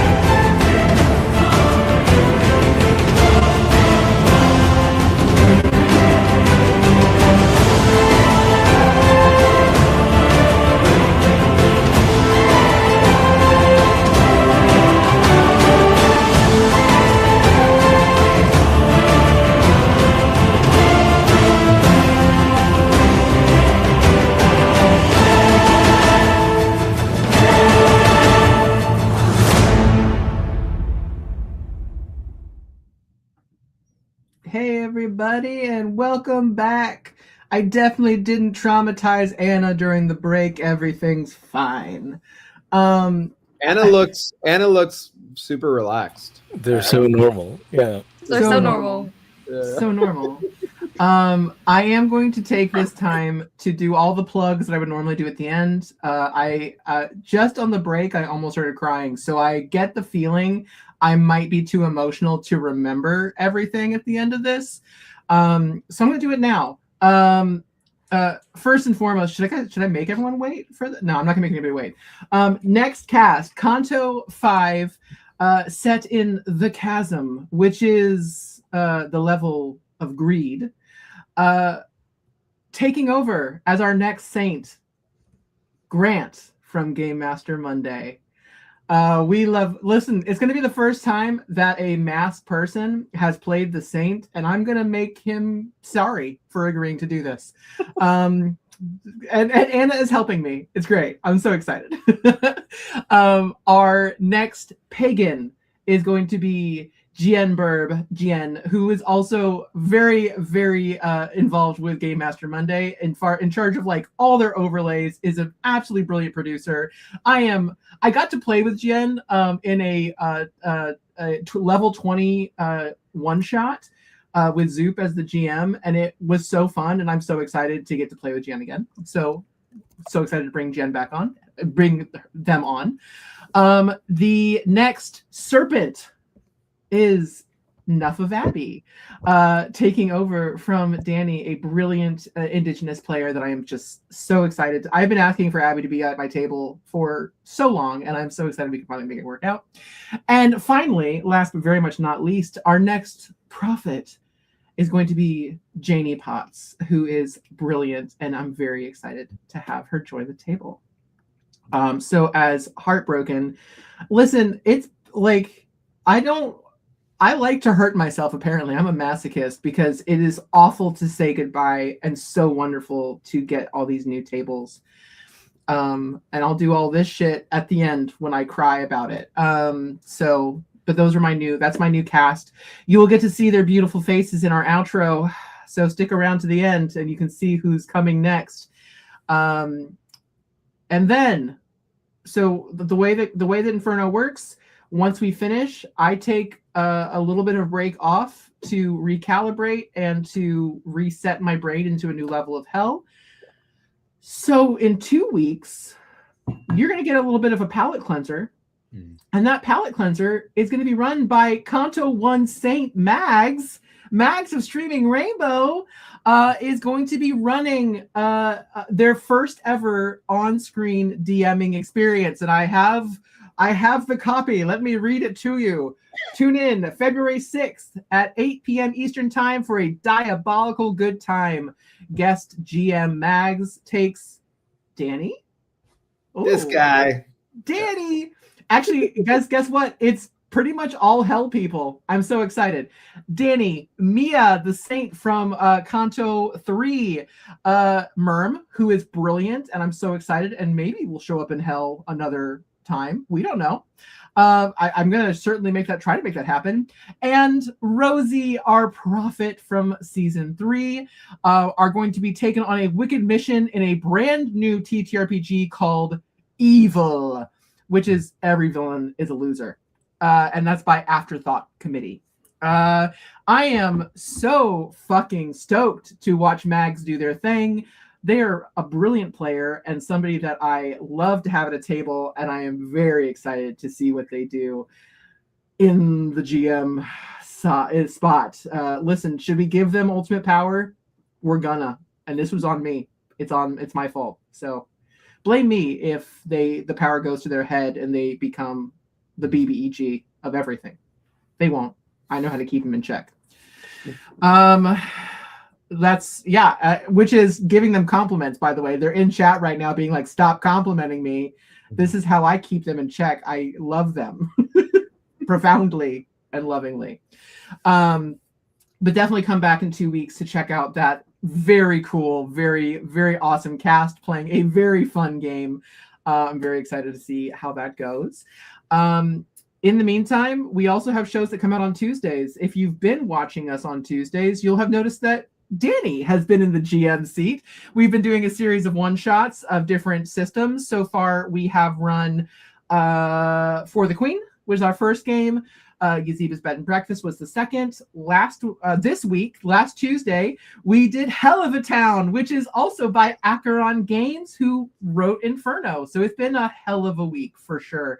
So if you need a palate cleanser, but you still want it to be hell-based, I guess, go to our YouTube and watch Hell of a Town, because I get to play a gangster percolator coffee called Billy Mochaccino, and I do this a lot.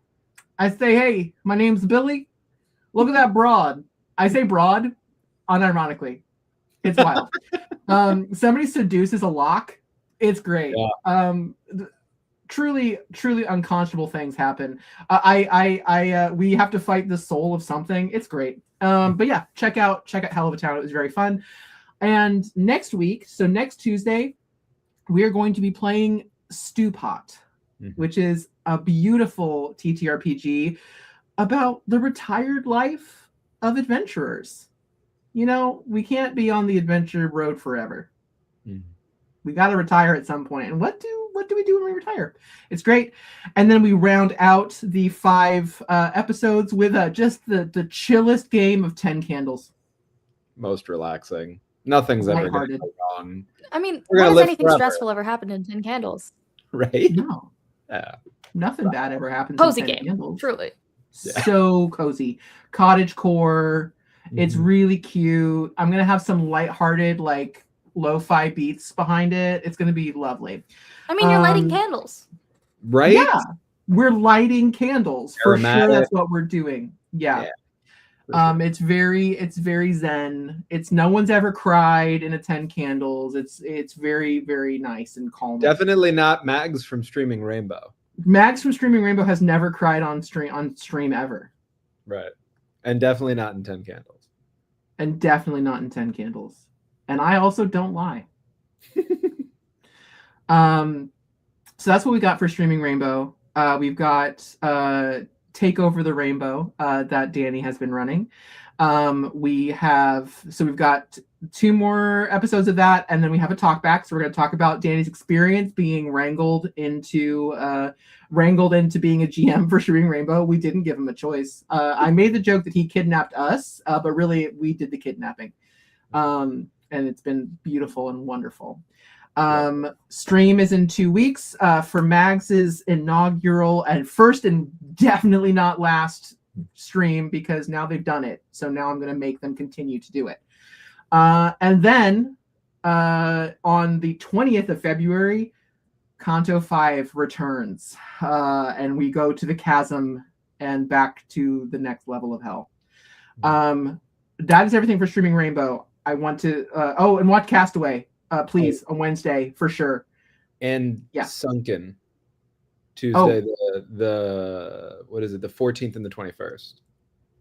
Yes. Oh, yeah. So, so after we're done with the Take Over the Rainbow, Lux is going to come with a 2-shot of Sunken, which is the Fathoms system, which is the system that Lux and David, our 2 founders, have created to take the place of Call of Cthulhu. So again, nothing bad ever happens. It'll be very chill, very lighthearted pirate game. Mm-hmm. And everyone will probably die. It's traumatized. It's Call of Cthulhu, guys. It's bad. There's eldritch horror abound, but it's going to be on a pirate ship, so fun. Cute. Amazing cast. More will come out about that later in the month of February. I don't know what day it is anymore. February, later. Sunken will be coming back. And yes, so next Wednesday, catch... So after you watch us play a Stew Pot, Wednesday, catch the next episode of Castaway, The Tundra. Unfortunately, we've lost Anna. Tessa has been released from service. They're enjoying their writing time in a cozy little cabin. But Mags of Streaming Rainbow is still in the game. Dennis, vote for Dennis. Give Dennis things and keep him alive. He is just a guy who likes birds. You can donate to give help or hinder. All proceeds are going to Feeding America, which is an amazing cause. And in fact, Mags and another player, Hamna, are currently matching donations to give to their local food charities. So for a very good cause and for some really entertaining content, go support Game Master Monday and Feeding America and Castaway, The Tundra. I think that's everything I can think of. For everybody else, please, what would you like to? What do you want to promote that I missed?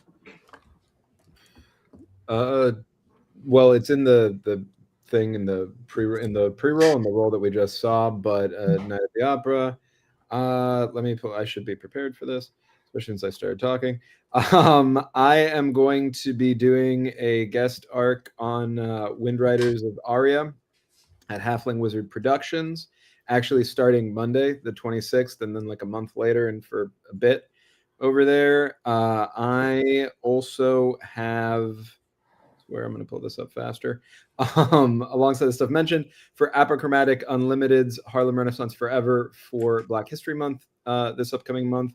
I am running a 2-shot over there that is going to be called The Alembic of Genius.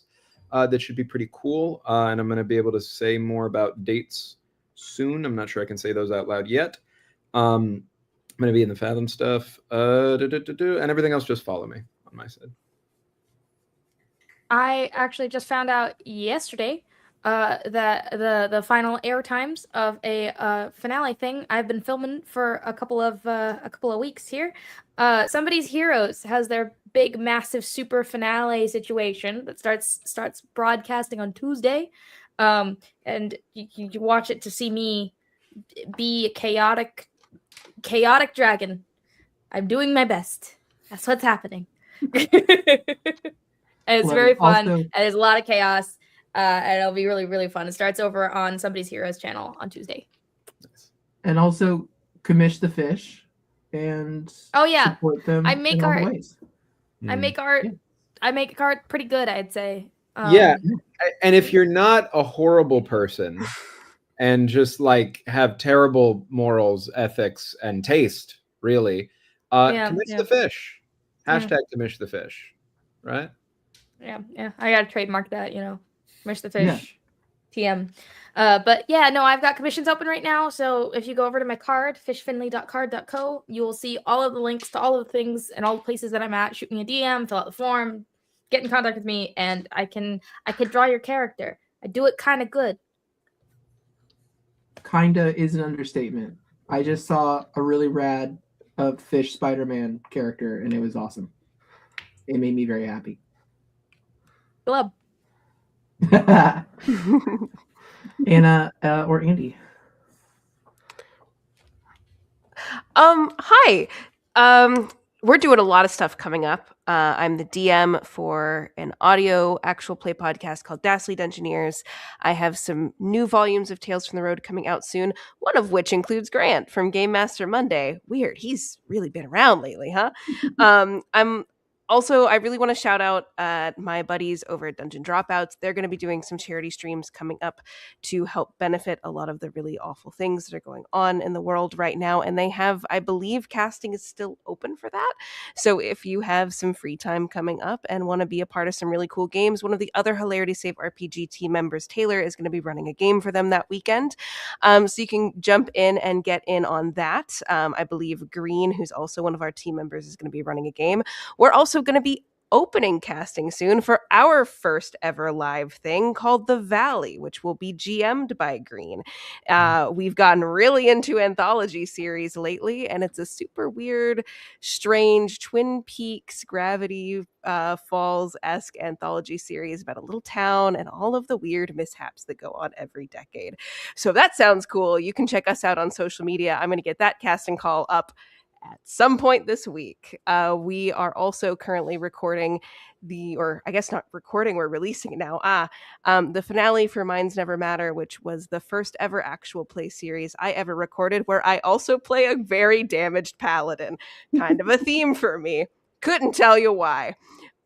So we are very rapidly releasing the final episodes of our first ever season as we get ready to release season 2. So if that sounds cool, you can find that everywhere you get your podcasts on Thursdays. Amazing. Andy, you got anything? If you wanna watch me play a different angry nature-based person, you can go watch Magnificence. I play Olwen Tanner. Other than that, not much. I don't know, say hi, send me memes. I don't know, do whatever you want. Be safe. Don't get influenza. Yeah, please. Yeah, Please don't get sick if you can avoid it. It's bad. We don't like it. bad. Okay. Illness is not preferable. No. It's Fair. real bad. We don't enjoy. It's so optional, guys. It's so optional. It's so so optional. optional. Clearly, right? Yeah. It's a skill diff if you get the flu. Skill issue. 100%. Skill issue. Perfect comment. Yeah. Hey guys, fun fact about Eli. Eli's constitution is low. I get sick so easily. All right. I think it's time. Time to jump back in. Today is truly going to be the day. Mm-hmm. As you get closer, everybody roll a group survival check. With Bless. Oh, yeah. Oh, yeah, that's right.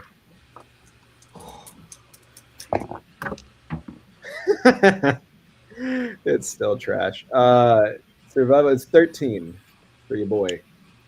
19 with Bless. You know what's funnier than 24? 25. 25. Like My that. God. 25. Also 19 for the pagan. Perfect. The something about the energy has the exile a little tense and a little off their game. They did not get that. they got an 18. So with bless. Just very very tense right now. Especially because they're in between the serpent, who is not okay, and Eurydice, who is, you can feel the smirk about the serpent not being okay. It's a weird tension. They're like, I don't want to be in the middle of this, but I am, and that's okay. So I think Prophet got the highest roll. So Prophet, what do you call out as you realize that the exile has started to lead to go slightly off course?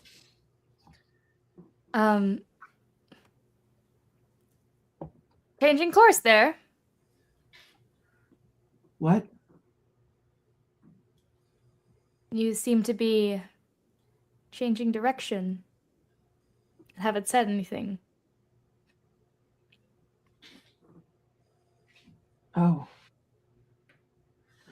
I'm sorry. Okay. Insight. I would like to insight immediately. Go for it, please. Oh, my dice know what I'm good at. They know what I'm good at. 26. With bless. With bless. 30. Get a 30. Yeah. 30. Perfect. With that, you see genuine fluster. Like they and you can also see that their eyes are kind of flitting to either side between this person they're very obviously very close to, and Eurydice, who they don't have a relationship with. They're like, they've tried to avoid Eurydice. I think actually you notice, like, with a 30, you realize they've been avoiding Eurydice. They hate Orpheus as much as you all do. And they've been avoiding being close to Eurydice. So you think it's genuinely like they're off their game. Like you don't think that this was on purpose. Mm-hmm. Are you all right? I don't ask that often. I don't really care, but you seem off, and you've been leading us through with a remarkable amount of consistency compared to them. So I do have a vested interest. Yes. It's just a lot of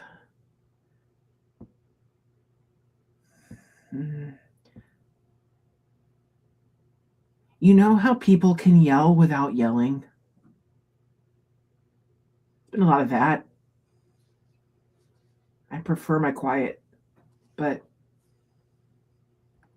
sorry, but no, you're right. I just got a little turned around. So we're going for the center, which is that way, and they recalibrate with you to start leading onward again.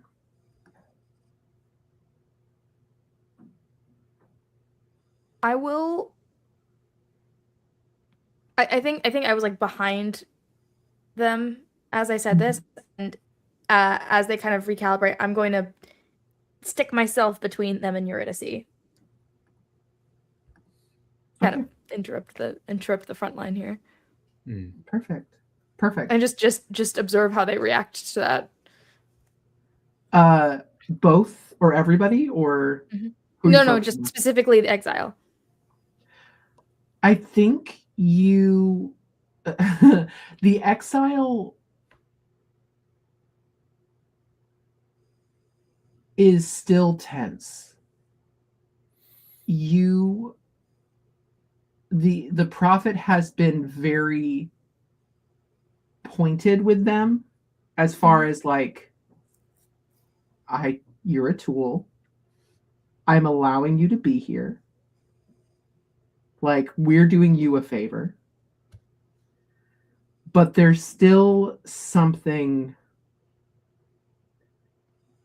You're still. Well, and there is very obvious vitriol between yourself and the serpent. But they know that beef will not be affecting them here. They trust the serpent enough to know that they won't do something stupid to you. And they assume you're smart enough to do the same. Okay. Eurydice, they watched the serpent do something reckless with Eurydice, which means that Eurydice is an unknown factor. Eurydice has some kind of power that no one else here has. Just like that.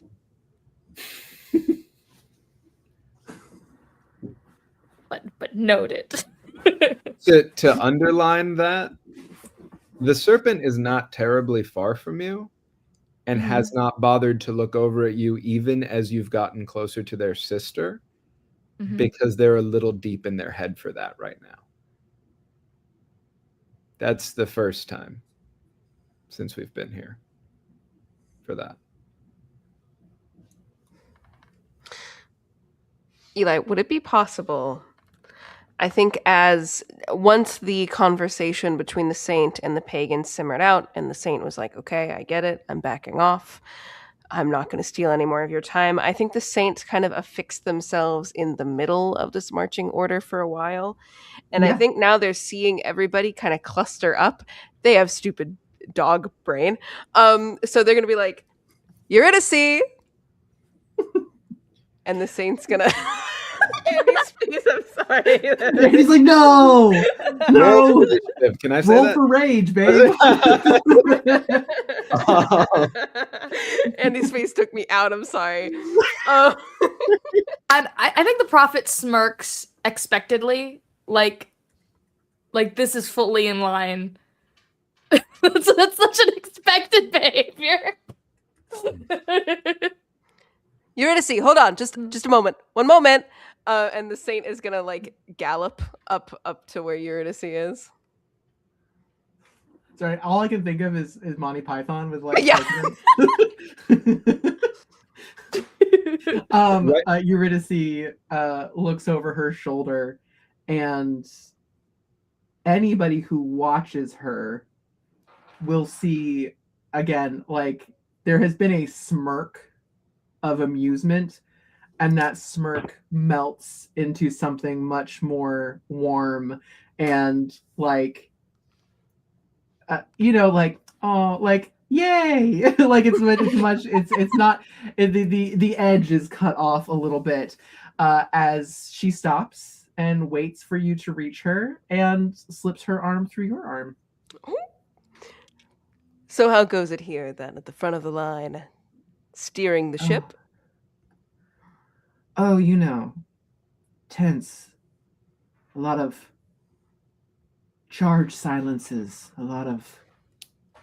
I was expecting more animal facts, and the XL is just a little bit focused, which, like, I'm glad. We want a guide to be focused, but I was really looking forward to learning more about animals, but, beggars can't be choosers.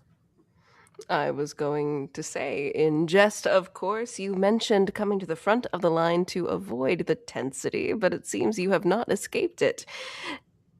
It is almost as if the saint tries to whisper, being intense just follows you. Well, I can't help it. I do seem to inspire that in so many people. You are quite inspiring, or something similar. So, Eurydice, you know more of this place than we do. What should we be expecting? Well, we are coming to the chasm, which is towards the end of once we get to the chasm. It's quite a bit of a drop again, and once we're actually at the edge of the chasm, we'll be able to see the city of Dis. It's in the middle. This marks the end of Upper Hell. Once in Dis, we'll make our way through to the lower levels. And tell me, how do you think our group will fare? Be honest. Don't hold anything back. Well, you've all been in the wilderness, as it were. I'll be very curious to see how the draws of a city distract you all. Especially the serpent.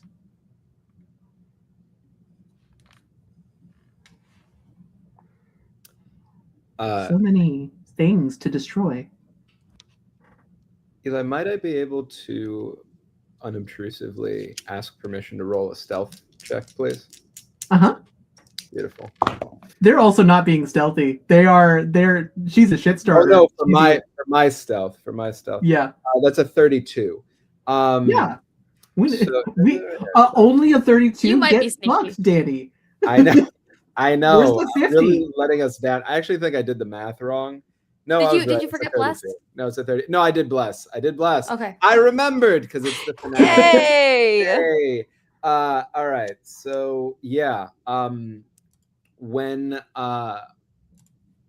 she mentions me, I whisper in her ear on the other side and say, "You like to speak about people while they're not here."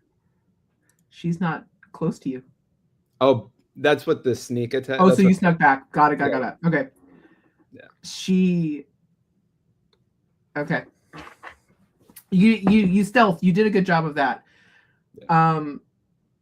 She jumps a little bit. She can't stop. She rolled low on a like a constitution but she's holding on to the saint, and she fully does the bullshit.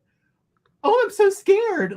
On a date to a horror movie move onto the saint. It doesn't say that, but it's very much like. And then she bursts out laughing, and she says, "Oh, serpent, I have long stopped assuming that you can't hear me. I assume you all can hear everything. There's no point in hiding it." We are tight-knit, whether we like to admit it or not. What can you tell us about these temptations in Dis? You've been to a city, I'm assuming. I honestly don't know. I think so. I don't remember much. Interesting. The potions that some of you carry on your persons are going there. It is a place of industry. And you seem to be wildly against that industry based off of your previous destruction. So I can only assume that you'll be very tempted to throw as many sticks into the machinations of that giant machine. What about you? What do you find tempting in Dis? freedom, getting out. Sounds like we have the same temptation then. Yeah. Different vices, but I think we all have the same, well, maybe not the pagan. No. But the pagan is the only one of us that doesn't belong here. You know, you say that a lot. I don't think you're wrong, but you all have such hatred for my husband Orpheus. You do know that he has earned exactly the same place as our dear pagan. But what you where do he after, is. are you saying that what he's done since he got here hasn't changed any of that? No. Unless he surprises us and he appears lower down as we travel. But no. As far as I'm aware, he always returns to the noble castle. And that is where the pagan, well, outside of the noble castle, I don't think our pagan has enough notoriety to make it into the castle proper. At least not on their own. No offense, pagan. Of course, even in hell, they must have their castles and their fineries. Of course. Think nothing of it.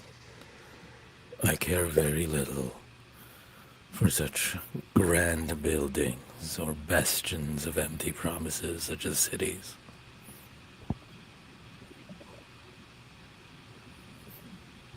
Exactly. See? The best of us. And yet, still in the same place as that mean old Orpheus.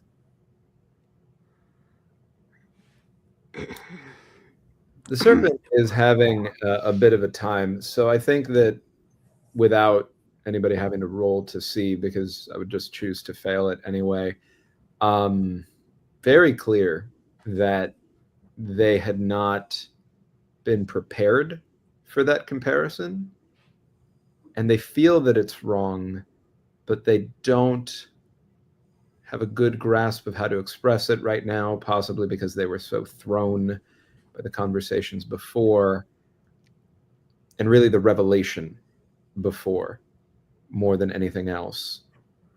They are so blinded by the sense of their own deeply deserved place being here, now convinced that at least in part they are also responsible for the saint being here, that they just let it sit.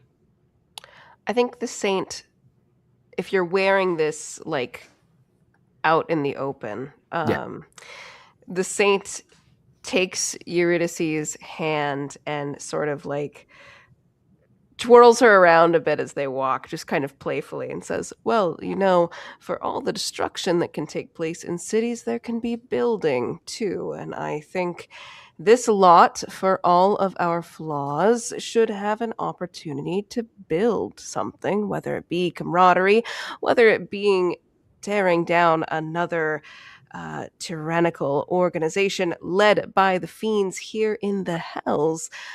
I certainly think there's fun to be had in cities that doesn't necessarily lead to us tearing each other apart. Much like how we've gotten you all the way down here so safely in pursuit of your freedom, my dear. I can only hope. And I am here to help. The serpent looks over at you with a bit of gratitude, Saint. Says it can bring us together for us to destroy that which seeks to tear us down. Perhaps when they're done, there will be when we're done, there will be no more castles in hell to fight over. And when we can reach the top again, we can tear those castles down too. No more castles, no more idolatry. Simply freedom. It's what we're all after. We all have things that we would like to do once we get back up top. You included, Eurydice. And I think it is no slight to you, of course, my lady. I think it is pointless to speak of your husband who scorned us time and time again, tricked us and played us to do his bidding. And now, well, would you look at that? We have his instrument and I have his wife.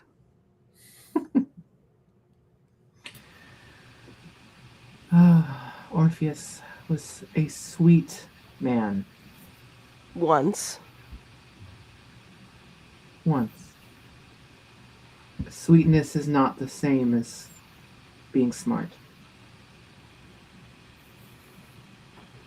I do wonder about something, Eurydice, if you don't Yes. mind.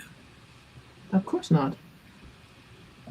Orpheus and I, according to the laws of this place, were bound for the same place, as you have said. Yes. When you see me, do you believe my faults are the same as that of your husband?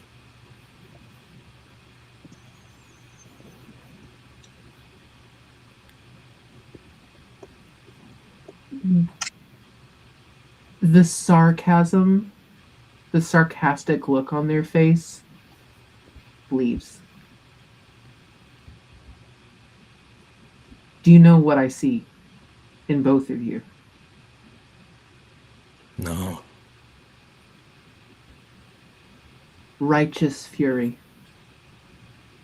Much deserved. To be trapped in a place not of your making, not of your mother's making, not of your mother's mother's making. Rules meant to keep you down and punished.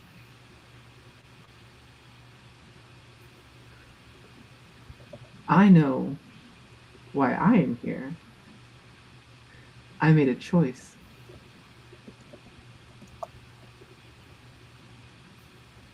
You both, I can only assume, although it's early for you, you have a chance to change this.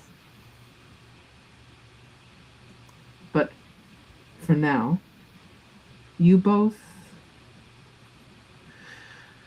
merely lived away from the tyrannical thumb of she pats the saint's arm. Stronger ideologies that sometimes seek to bully.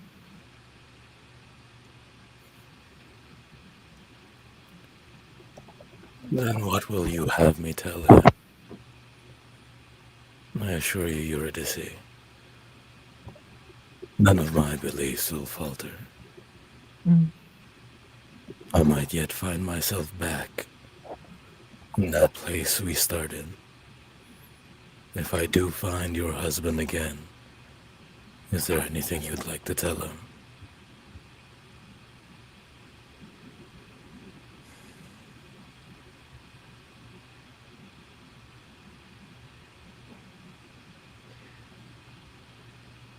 I fear the only words I have for him are those that might anger my current friends.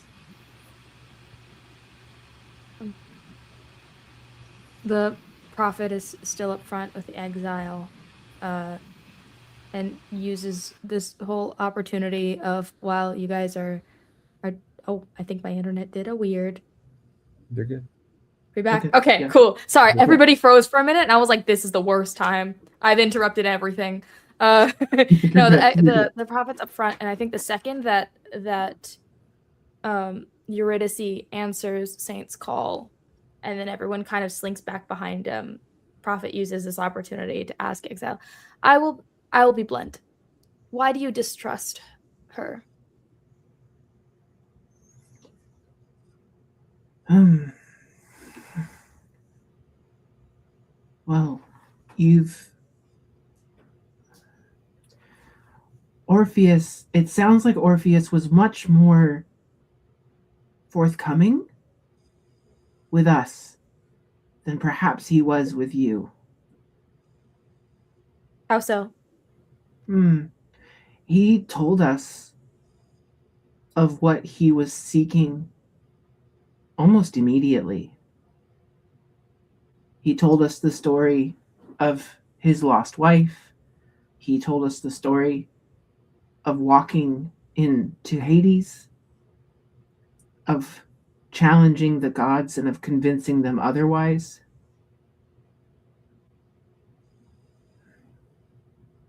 Of challenging the fates, and of winning, only to have it ripped away because of his lack of faith in her. And he said that he had sworn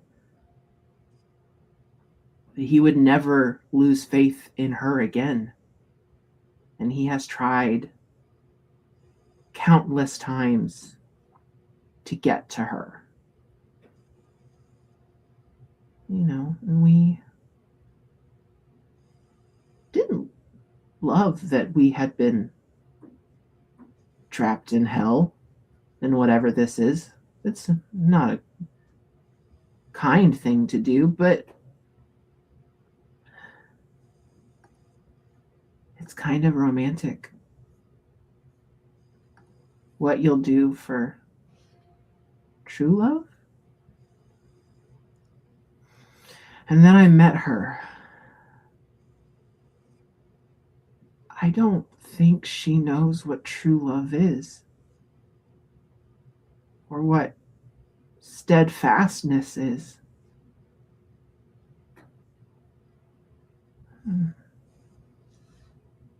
I don't feel for Orpheus. Or at least not the man who trapped me here. But I can't help but feel for that young person who just couldn't help but turn around and look for his wife.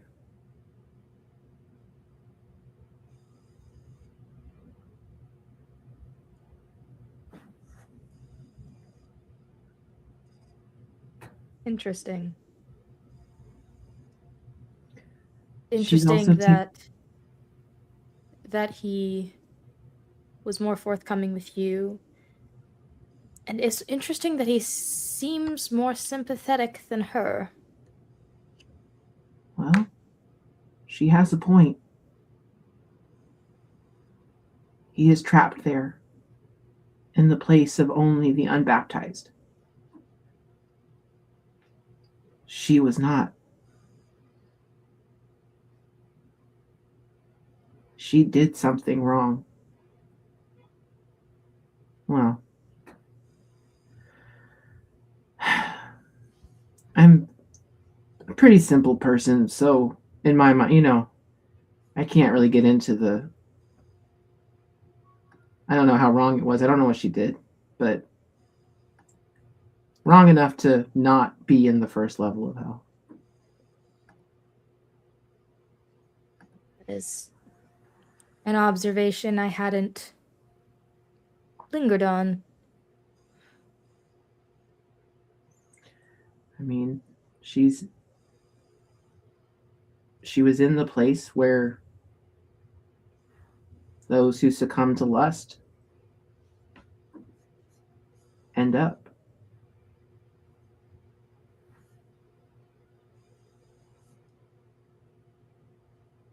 Good to know.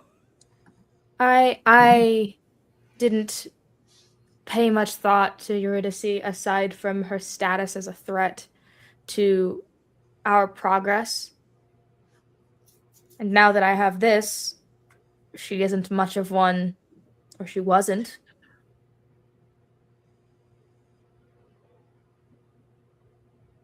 But your observations give me pause. I appreciate that. Did you know that owls don't have eyeballs?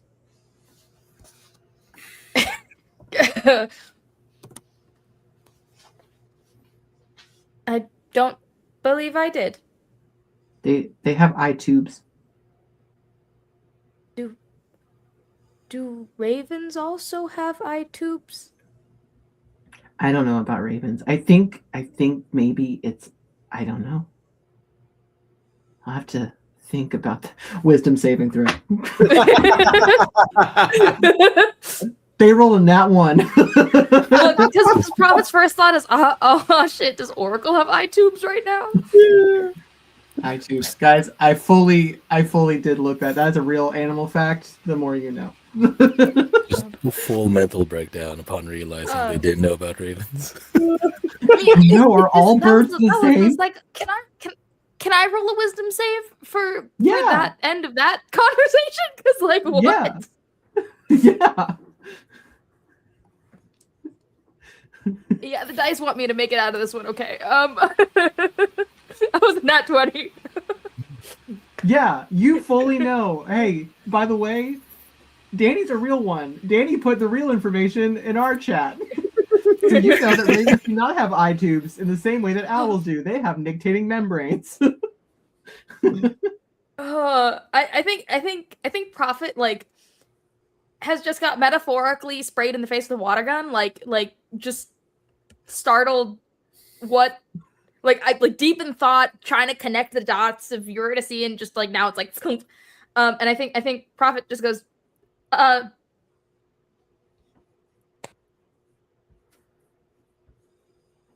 then they like do the shoulder punch, like the friendly shoulder punch to Exile. Good job with Cerberus. I'm gonna see what the others are up to. Literally just. I'll keep looking in case that guy comes back. I don't know. Okay. I think, I don't know, man. Prophet's too baffled. This so the exile and the prophet just kind of both go. I think that as go. I don't know. I love that the prophet attempted communication with the pagan, and it's just like, I don't know what game of chess they're playing, but clearly they're like, gotta match their level, right? And now then talks to the exile. The exile metaphorically, he just run. Yeah. I think that as you leave that, the serpent comes up to the other side of the exile, just puts an arm around your shoulders. Doesn't say anything. We just keep walking. They put an arm. Lantern buddies. Lantern buddies. The brightest sneaky people in the whole land. We have to be very. You have a lit lantern. Their lantern is dead and frozen, but they're like lantern bros. Let's go. I let myself drift to behind everybody, and I like call Oracle back, and I'm just like, "Do you have eye tubes? Do you know if you have eye tubes? Do you? If I change your form, do you have eye tubes?" No, Papa, I have eyes. What's a tube? I really have to like have a more rigorous selection process on my advisors. That really threw me. But options are limited right now, so yeah. It's the wisdom people that really get the profit. Yeah. No thanks. Yeah, exactly. We're like, hey, we're simple people. We're not like onions. We don't have layers. I'm sorry that my autism distracts you. Hello. Prophet's doing their best, okay? Hello, fellow nerds. They don't trust anybody, and man, is it hard when there's nothing to look deeper into. Oh, beautiful. Before we move on, is there anything else that anybody wants to do? Any other conversations to be had? I think just as they walk, the nerves have kind of left Saint because, of course, at some point they would. At least, like, the nerves that sit at the very forefront of their mind would at least be pushed down for a while, as they have been this whole time. And I think as they walk, Saint's just back on their bullshit. They're like, so Eurydice, tell me more stories. Tell me more things that I don't know, have never had the chance to learn. And that's it. That's And pretty much it. they just start telling stories of Greek mythology at that point. But yeah, Mhm. go ahead, Danny. No, okay. I think the only thing I'd say is I assume that we would all hear that. Yeah. Cool. Serpent's going to look back over at where the pagan has been giving pagan space, right? Because that seemed like that's what they wanted. Just to check in, knowing that as frustrating as the serpent finds that it has to be way worse for the pagan. The pagan's eyes, their expression, while there is like focus there, there's a focus on the task at hand, there's just kind of an exhausted blank. The frog blink. Like, I wouldn't say it's that. It's like the fury is there deep down somewhere inside, but to struggle for like a constant state of control, I think the pagan is almost meditative in kind of a melancholy. When I look, does it seem like I should stay or like I should get closer? I think, and I will leave this up to the serpent, what they would do in that information. I don't think they know, and I'm not sure how the serpent would take that.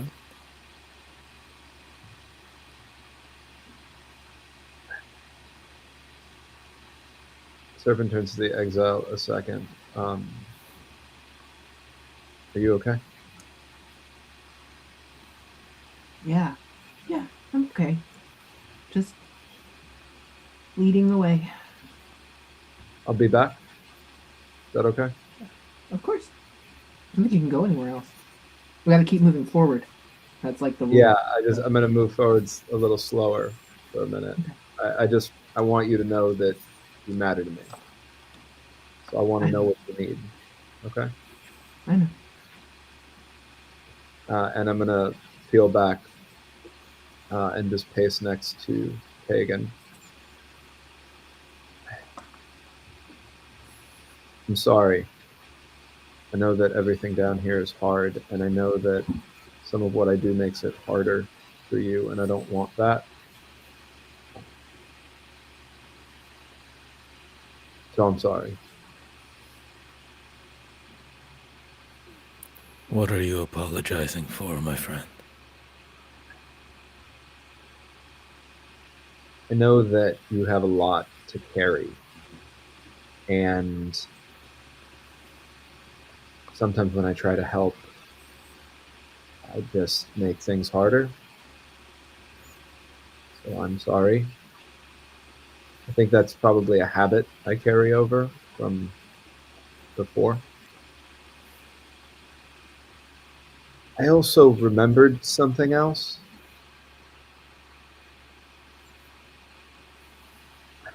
I don't know what happened when, but I think that something that I did something to them, indicating over to the saint, that may have put them on a path that led them to do worse things. And because I don't know the order in which things happened, I don't know if what they did to you happened before or after that. Do I make a wisdom saving throw? Is this going to be for a memory or for rage or both? Because if it's both, it's 2. I guess that's up to you to decide. I assume that How this mad? would, How mad does that make the pagan? I think, significantly. Okay. Go ahead and roll for rage first. Is With bless. is the saint part? Okay, so I do have bless. Yeah.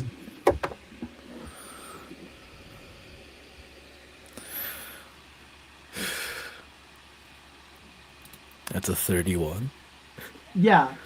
You keep it locked down. You're like, oh, tamp it down. Go ahead and roll me another wisdom saving throw for the memory.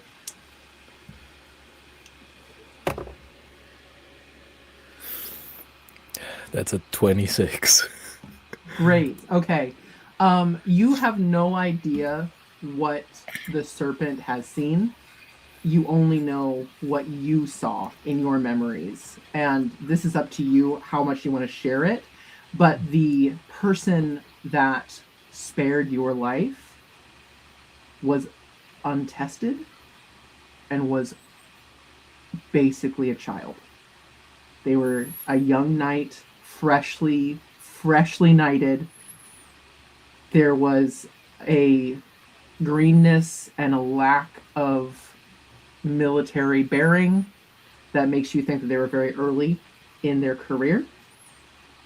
So that's what you know.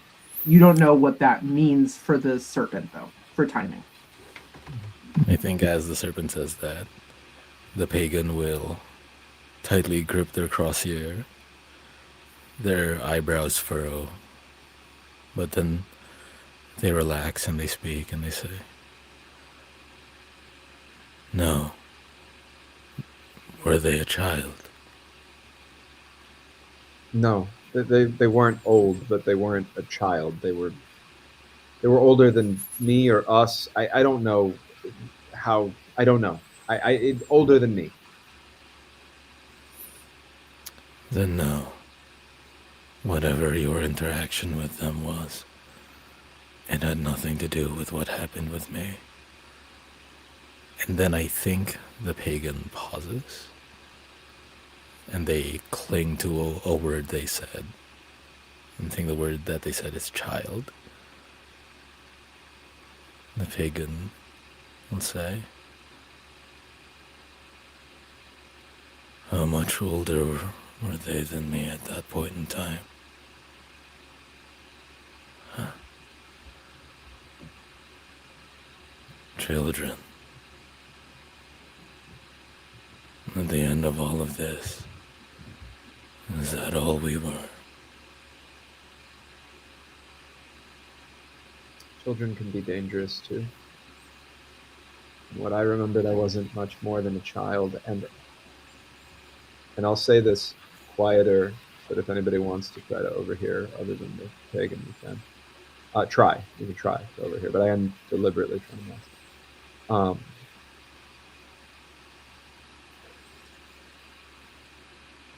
I think I sent them, indicating the saint, to them,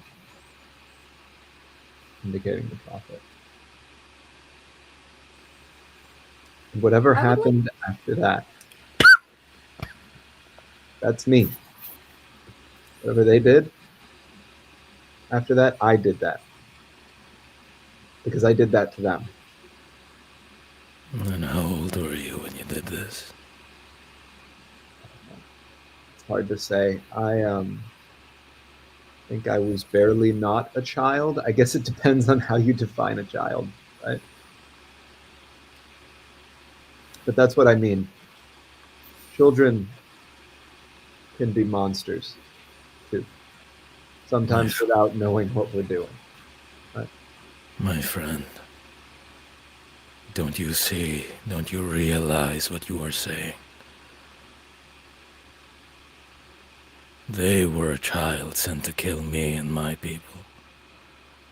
You were a child sent to fetch them, like a moth bringing others to the flame.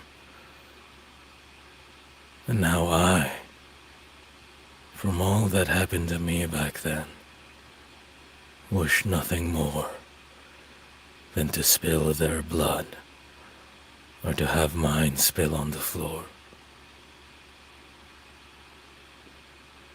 How much of this will we say is ours? How much of it will we claim? Children, over and over again, spiraling further into the depths, to the whims and call of someone else, of people who should have known better, people that lacked the kindness, harbored only the cruelty in their hearts. I do not know, my friend. I don't know whether they do deserve to burn, whether my fury is righteous, as Eurydice has described, whether I am the best of us, as you have said, whether I don't deserve to be here. I don't. And in the same way that you guarantee that you do, I do not know. The further we delve here, the more memories we unlock. Just the further I realize I do not know. The world is cruel. The world will take and leave you with nothing. And so we take. We leave others with nothing.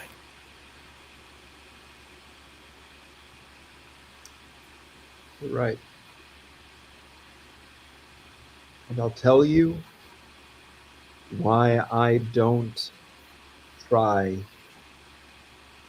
to get you not to give in to your anger. It's because you're right. And because in the wisdom of what you just said, thank you, dear friend, you return to me my clarity. We should not, children that we are, torture one another with these cruel games. We should take this righteous fury that the torture put upon us has seeded in our souls, and we should use it to burn our torturers to the ground. And from the ashes of the horrible world we have inherited, do whatever we can to build something that has to be better than this shit. Be mad if you need to be mad. I am. Let's use that rage to plow a hole through the heart of hell, come back out to the top, and keep going. Together.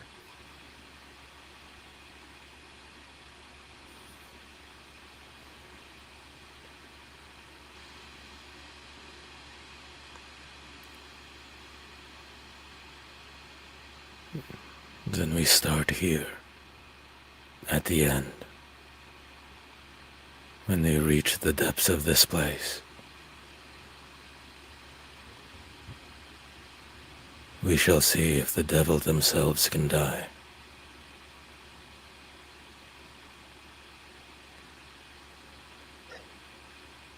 I love you. Thank you. And I love you.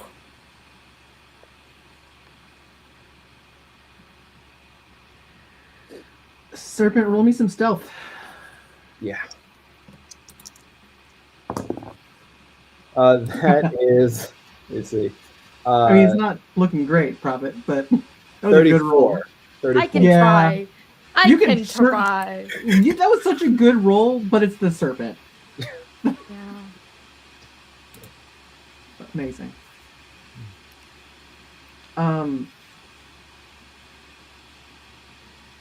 As you all are walking and you look out, you can all begin to hear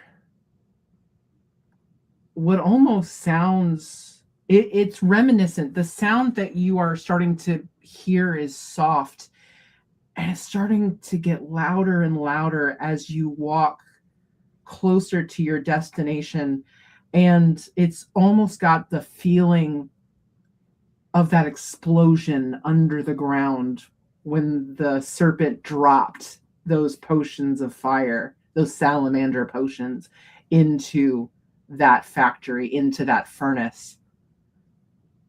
Just this growing quake of sounds, pounding and pounding and pounding, and it's so loud that you almost don't hear the shriek of a familiar voice who desperately has been chasing you across this fucking level of hell. As this keeper runs up, sword in hand, going, "No! It will not be so!" And you all turn and you see this devil, this guardian devil, sprinting at you full speed, just full tilt. But luckily, because you're all looking, you also see Cerberus galloping after, and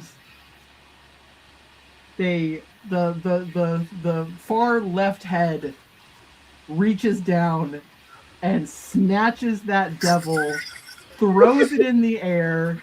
The three heads fight over it, and they have a lovely little snack. Whoa. Heaven and earth above. That's amazing. That's so good. We've been sent to torment this one guy specifically. Like, we are his personal circle of hell. Yeah. For anybody who hasn't watched all of the sessions of Canto of Canto 4, let me reprise the life of this. This has been a very bad day for this one guardian devil. They happened upon a bunch of living souls who destroyed a factory. Mm-hmm. Then some random ass person covered in rags convinced them to jump into said fire hole, and they immediately died. Yeah. They came back because they're a goddamn professional. It's their job to guard against intruders and souls. So they came back and were immediately dispatched. Cocky motherfucker. And now, third time's a charm, surely. They have not run across the entirety of the pit, ignoring their duties as a guardian, and they're fully focused on you. And their boss came and said, "Not today, asshole," and tore them limb from limb. Bad day. One shot for just this one guy. Yeah, Bad day, I do bro. kind of want to see this one guy. Like, what his is life it? after this. Phil now. His name is Phil now. Phil is having the worst day. And it's bad. It's really bad. I'm sure he thought the dog was. I thought Cerberus was gonna help him too. Oh yeah, Yeah. for sure. For sure. He was like, "Oh good. Back up. Surely they can't beat all of us. I'm dead." Fully gone. Like, I'm sorry, when your boss eats you, you don't come back from that. That guy's dead. That is fully dead. He's in super hell. He's in the void where celestial and devils go. Oh, it's bad news. And as you guys all stare, gobsmacked, fully, like, it's been such an emotionally rough day, and it's been so heavy, and that nonsense happened.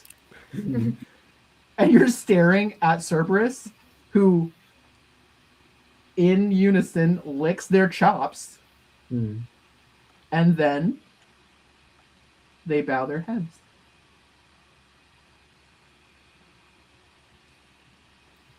Turn around and go back to their job, guarding and punishing the lost, damned souls of the pit. Was The that the back same back. one? I think that was the same guy. Guess he doesn't learn. Oh, Some people don't.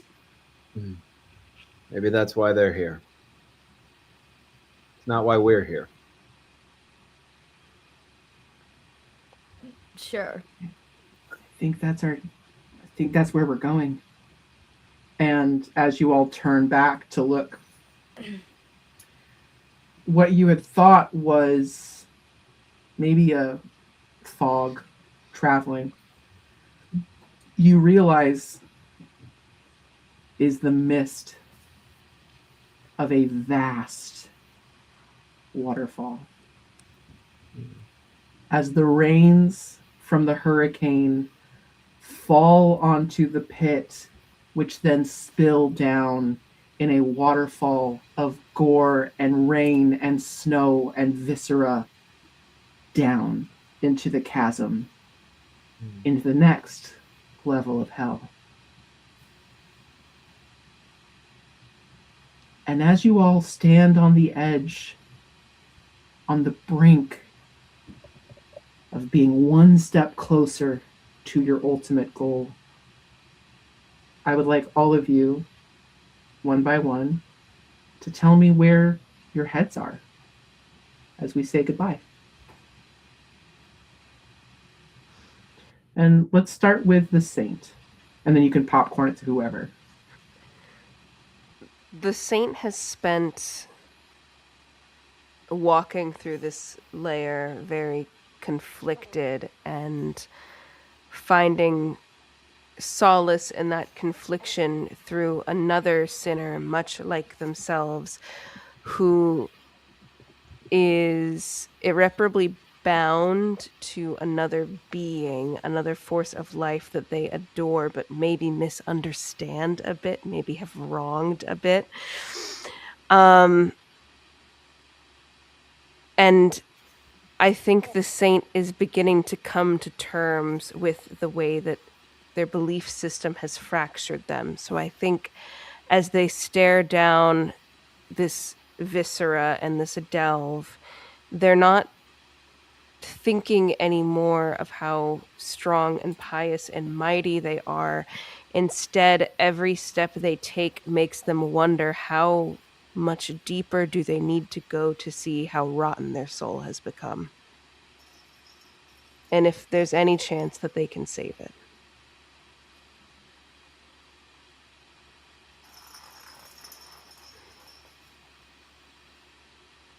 And who should we look to next? The pagan. I think the pagan, as they stare down the chasm, they feel that fury deep within. But they know that they mustn't lose control. This place, this system has taken so much from them, and it will not take more. They have many reasons to get out. They have many reasons to stay alive. And the two at the top of those lists are to find the serpent and to kill the saint. So those two must also make it out no matter what. I think in the same way that the pagan confuses the prophet, there's some confusion on the other side as well. You are cruel. Some might say you are evil, there is no doubt about that. And yet, you seem confused, conflicted about things that, quite frankly, the pagan might not understand. But my friend has vowed to kill you, so you must also stay alive.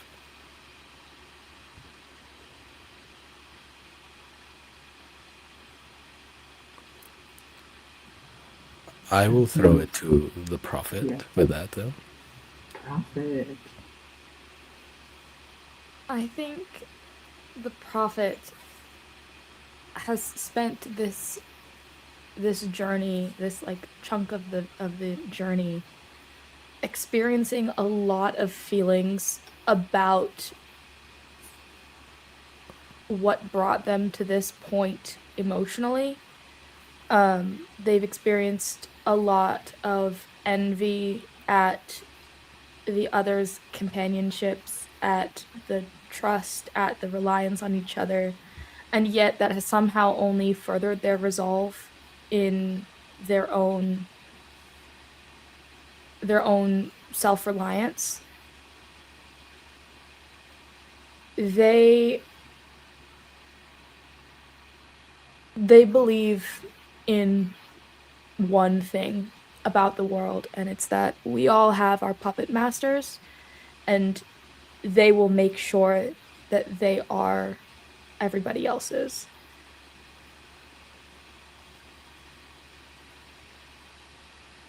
That's kind of it. I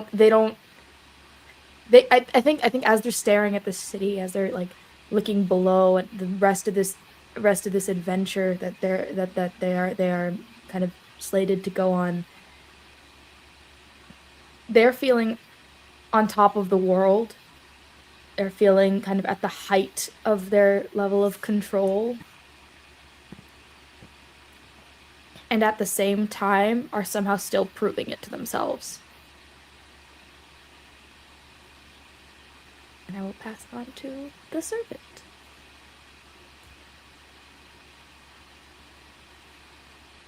The serpent is tired. The serpent is angry.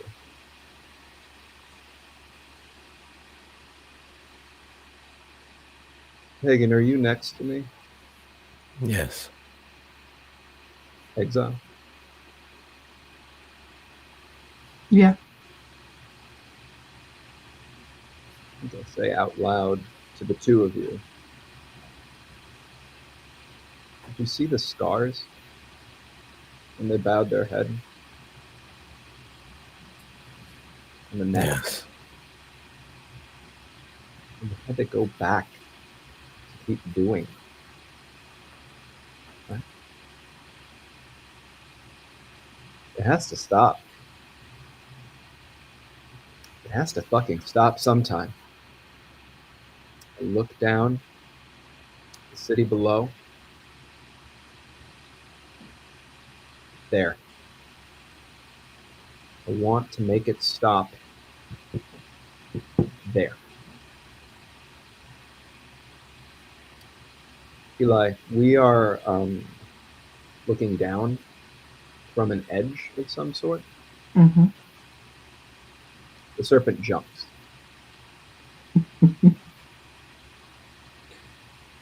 And as you all watch this reckless, brave, probably insane member of your party jump off the edge of the pit, the exile straightens their shoulders and steps off after you. And that is how we will say goodbye to Canto 4. Thank you, everybody who stayed and watched. Thank you, audience. I hope you enjoyed the drama as much as we all did. Thank you very much to Anna, Andy, Fish, and Danny. You all know how profoundly important this game is to myself and how deeply moved and how much I love each and every one of you for joining me in this wild trust fall of a game. We will after this. We will have our own love fest after this, but I cannot vouch more for the ridiculously talented people that I have had the absolute joy of sharing a stage with. Please follow them in everything they do. They're brilliant performers, brilliant artists, musicians, all of it. I cannot wait to see everything else that they do. They all are going to come back to Streaming Rainbow because they cannot escape me now. I have gotten them. They're in a club. It's called the Hellfire Club. And while we say goodbye to Canto 4, we say hello to Canto 5.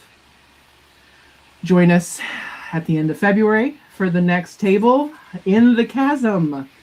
And until then, have a lot of like cheerful shit because we got to take a break. This is gorgeous and lovely and the best and cathartic as hell. But oh my God, I'm going to cry. Anyway, I love all of you very much. Take care of yourselves. Take care of each other. Fuck ICE. Just enough of that shit. Take down as many governments as you can because it's bullshit and this is bad. And get in the Discord. I keep forgetting. Get in the Discord. We love it there. We're very nice and cool and not like this at all. A little bit. I mean, a little bit. It's been a good chunk of the after every game, just being all like, I'm sorry. We're all like, you don't need to be sorry. You're great. I love this. If you're not already in our Discord server, I put a link in chat. Please, please, please join our Discord. We would love to have you. And here we go. Goodbye for the last time. Thank you very much. I love you. Have a great night. We will see you in hell, and we will see you next Tuesday. Bye, everybody.